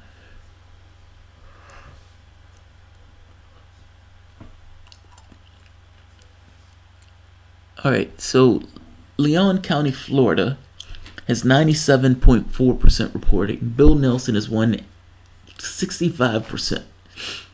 And it went to him. So the votes that are being counted are from Democratic districts in this case. He possibly can make this up.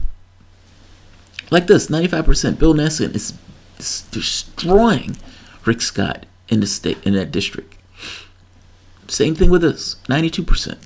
So it's possible that the districts that they have left to report are districts where there's a potential to make those votes. The question is, are there enough votes where they can make those up? I guess the answer is yes, because they haven't called it yet. DeSantis and Gillum are still like 1 point apart. And Rick Scott and Bill Nelson is 0.8 apart. So it's possible that they can make up the gap. So mind the gap. Mind the gap. It's possible they can make up the gap. And in District 26 and District 27, those districts have flipped to blue. So we're still waiting for the results of this election. How much power do I have left? Oh, this is about to fail. Alright guys, my Wi-Fi is about to fail on me. I will get one tomorrow. Deborah Walsman Schultz sucked the life out of Gillum. That might be like a vampire. Yeah. But look, I had fun here tonight, guys. I mean, we've spent, 3 hours together? Wi-Fi, yeah, Wi-Fi. It's my Huawei device. I'm not using the hotel's internet, so I have to pay for a card for this. You only get 10 gigs, and I went through all 10 today because I've been doing the news all day. Well, all day yesterday. Well, at this point, Jeff, it is tomorrow morning. It's tomorrow here. 4:35. Good night, America, wherever you are. I know, right? How much? I mean, it says 10.6. I didn't think they only let you. It was 10 point something. Don't ask me. I can never understand what it says on the display. All right. Scott Walker is 2 points down with 68%. That will be good. NdoC Super Chat Jamal's Wi-Fi people. Oh, that's great. That's like telling somebody else to get the phone.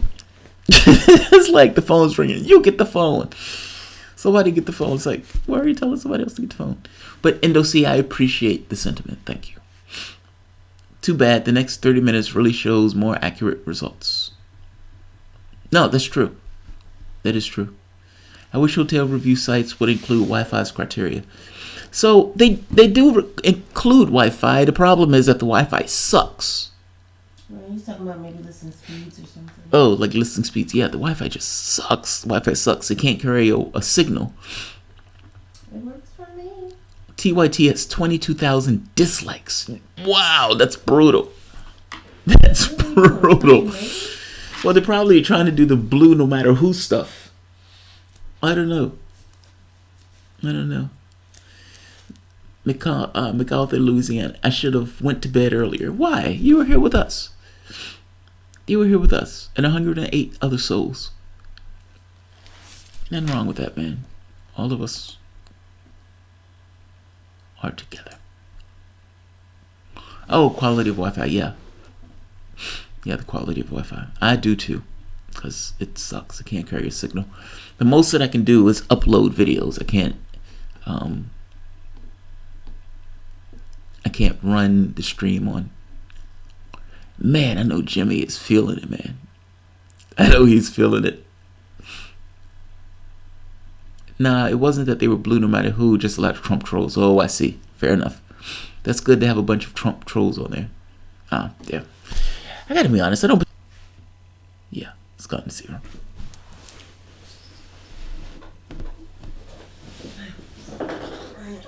Make sure you set the camera on, because I'm about to get in direction. I don't want nobody to hack in and see my boom. You know you're online, right? Hmm? You know you're still live. Oh, what? You're live. It's the hotel Wi-Fi. It switches over. Oh, what could it all? And I don't know what you just broke. Me? Yeah. You just kicked something. Oh, what? Oh, off the bed? Yep.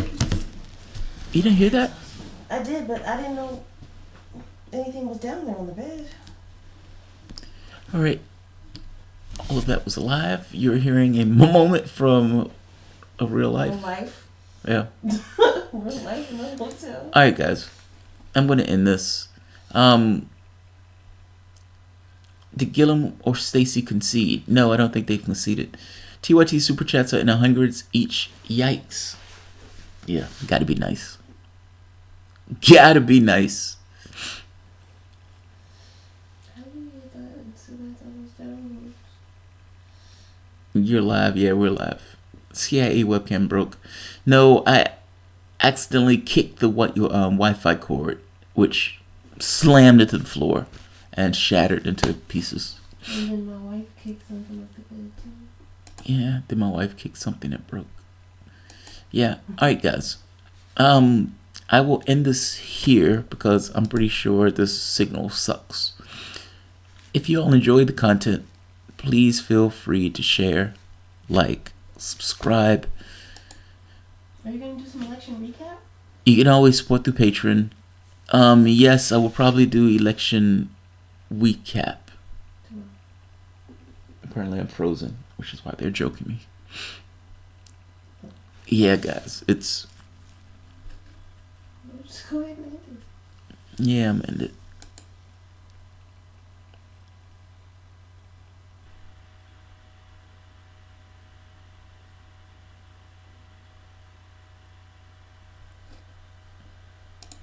I like to cover elections, and it just so happens the time zone is different. So it's almost 5 o'clock in the morning here.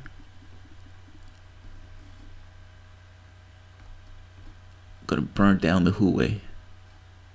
Who what? Chicka chicka chicka who what? Alright, still look at Florida. I'll let you guys see what I'm seeing.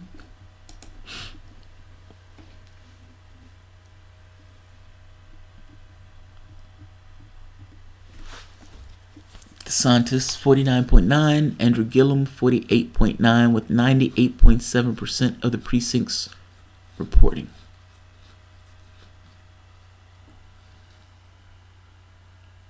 It's not loss, but Lord knows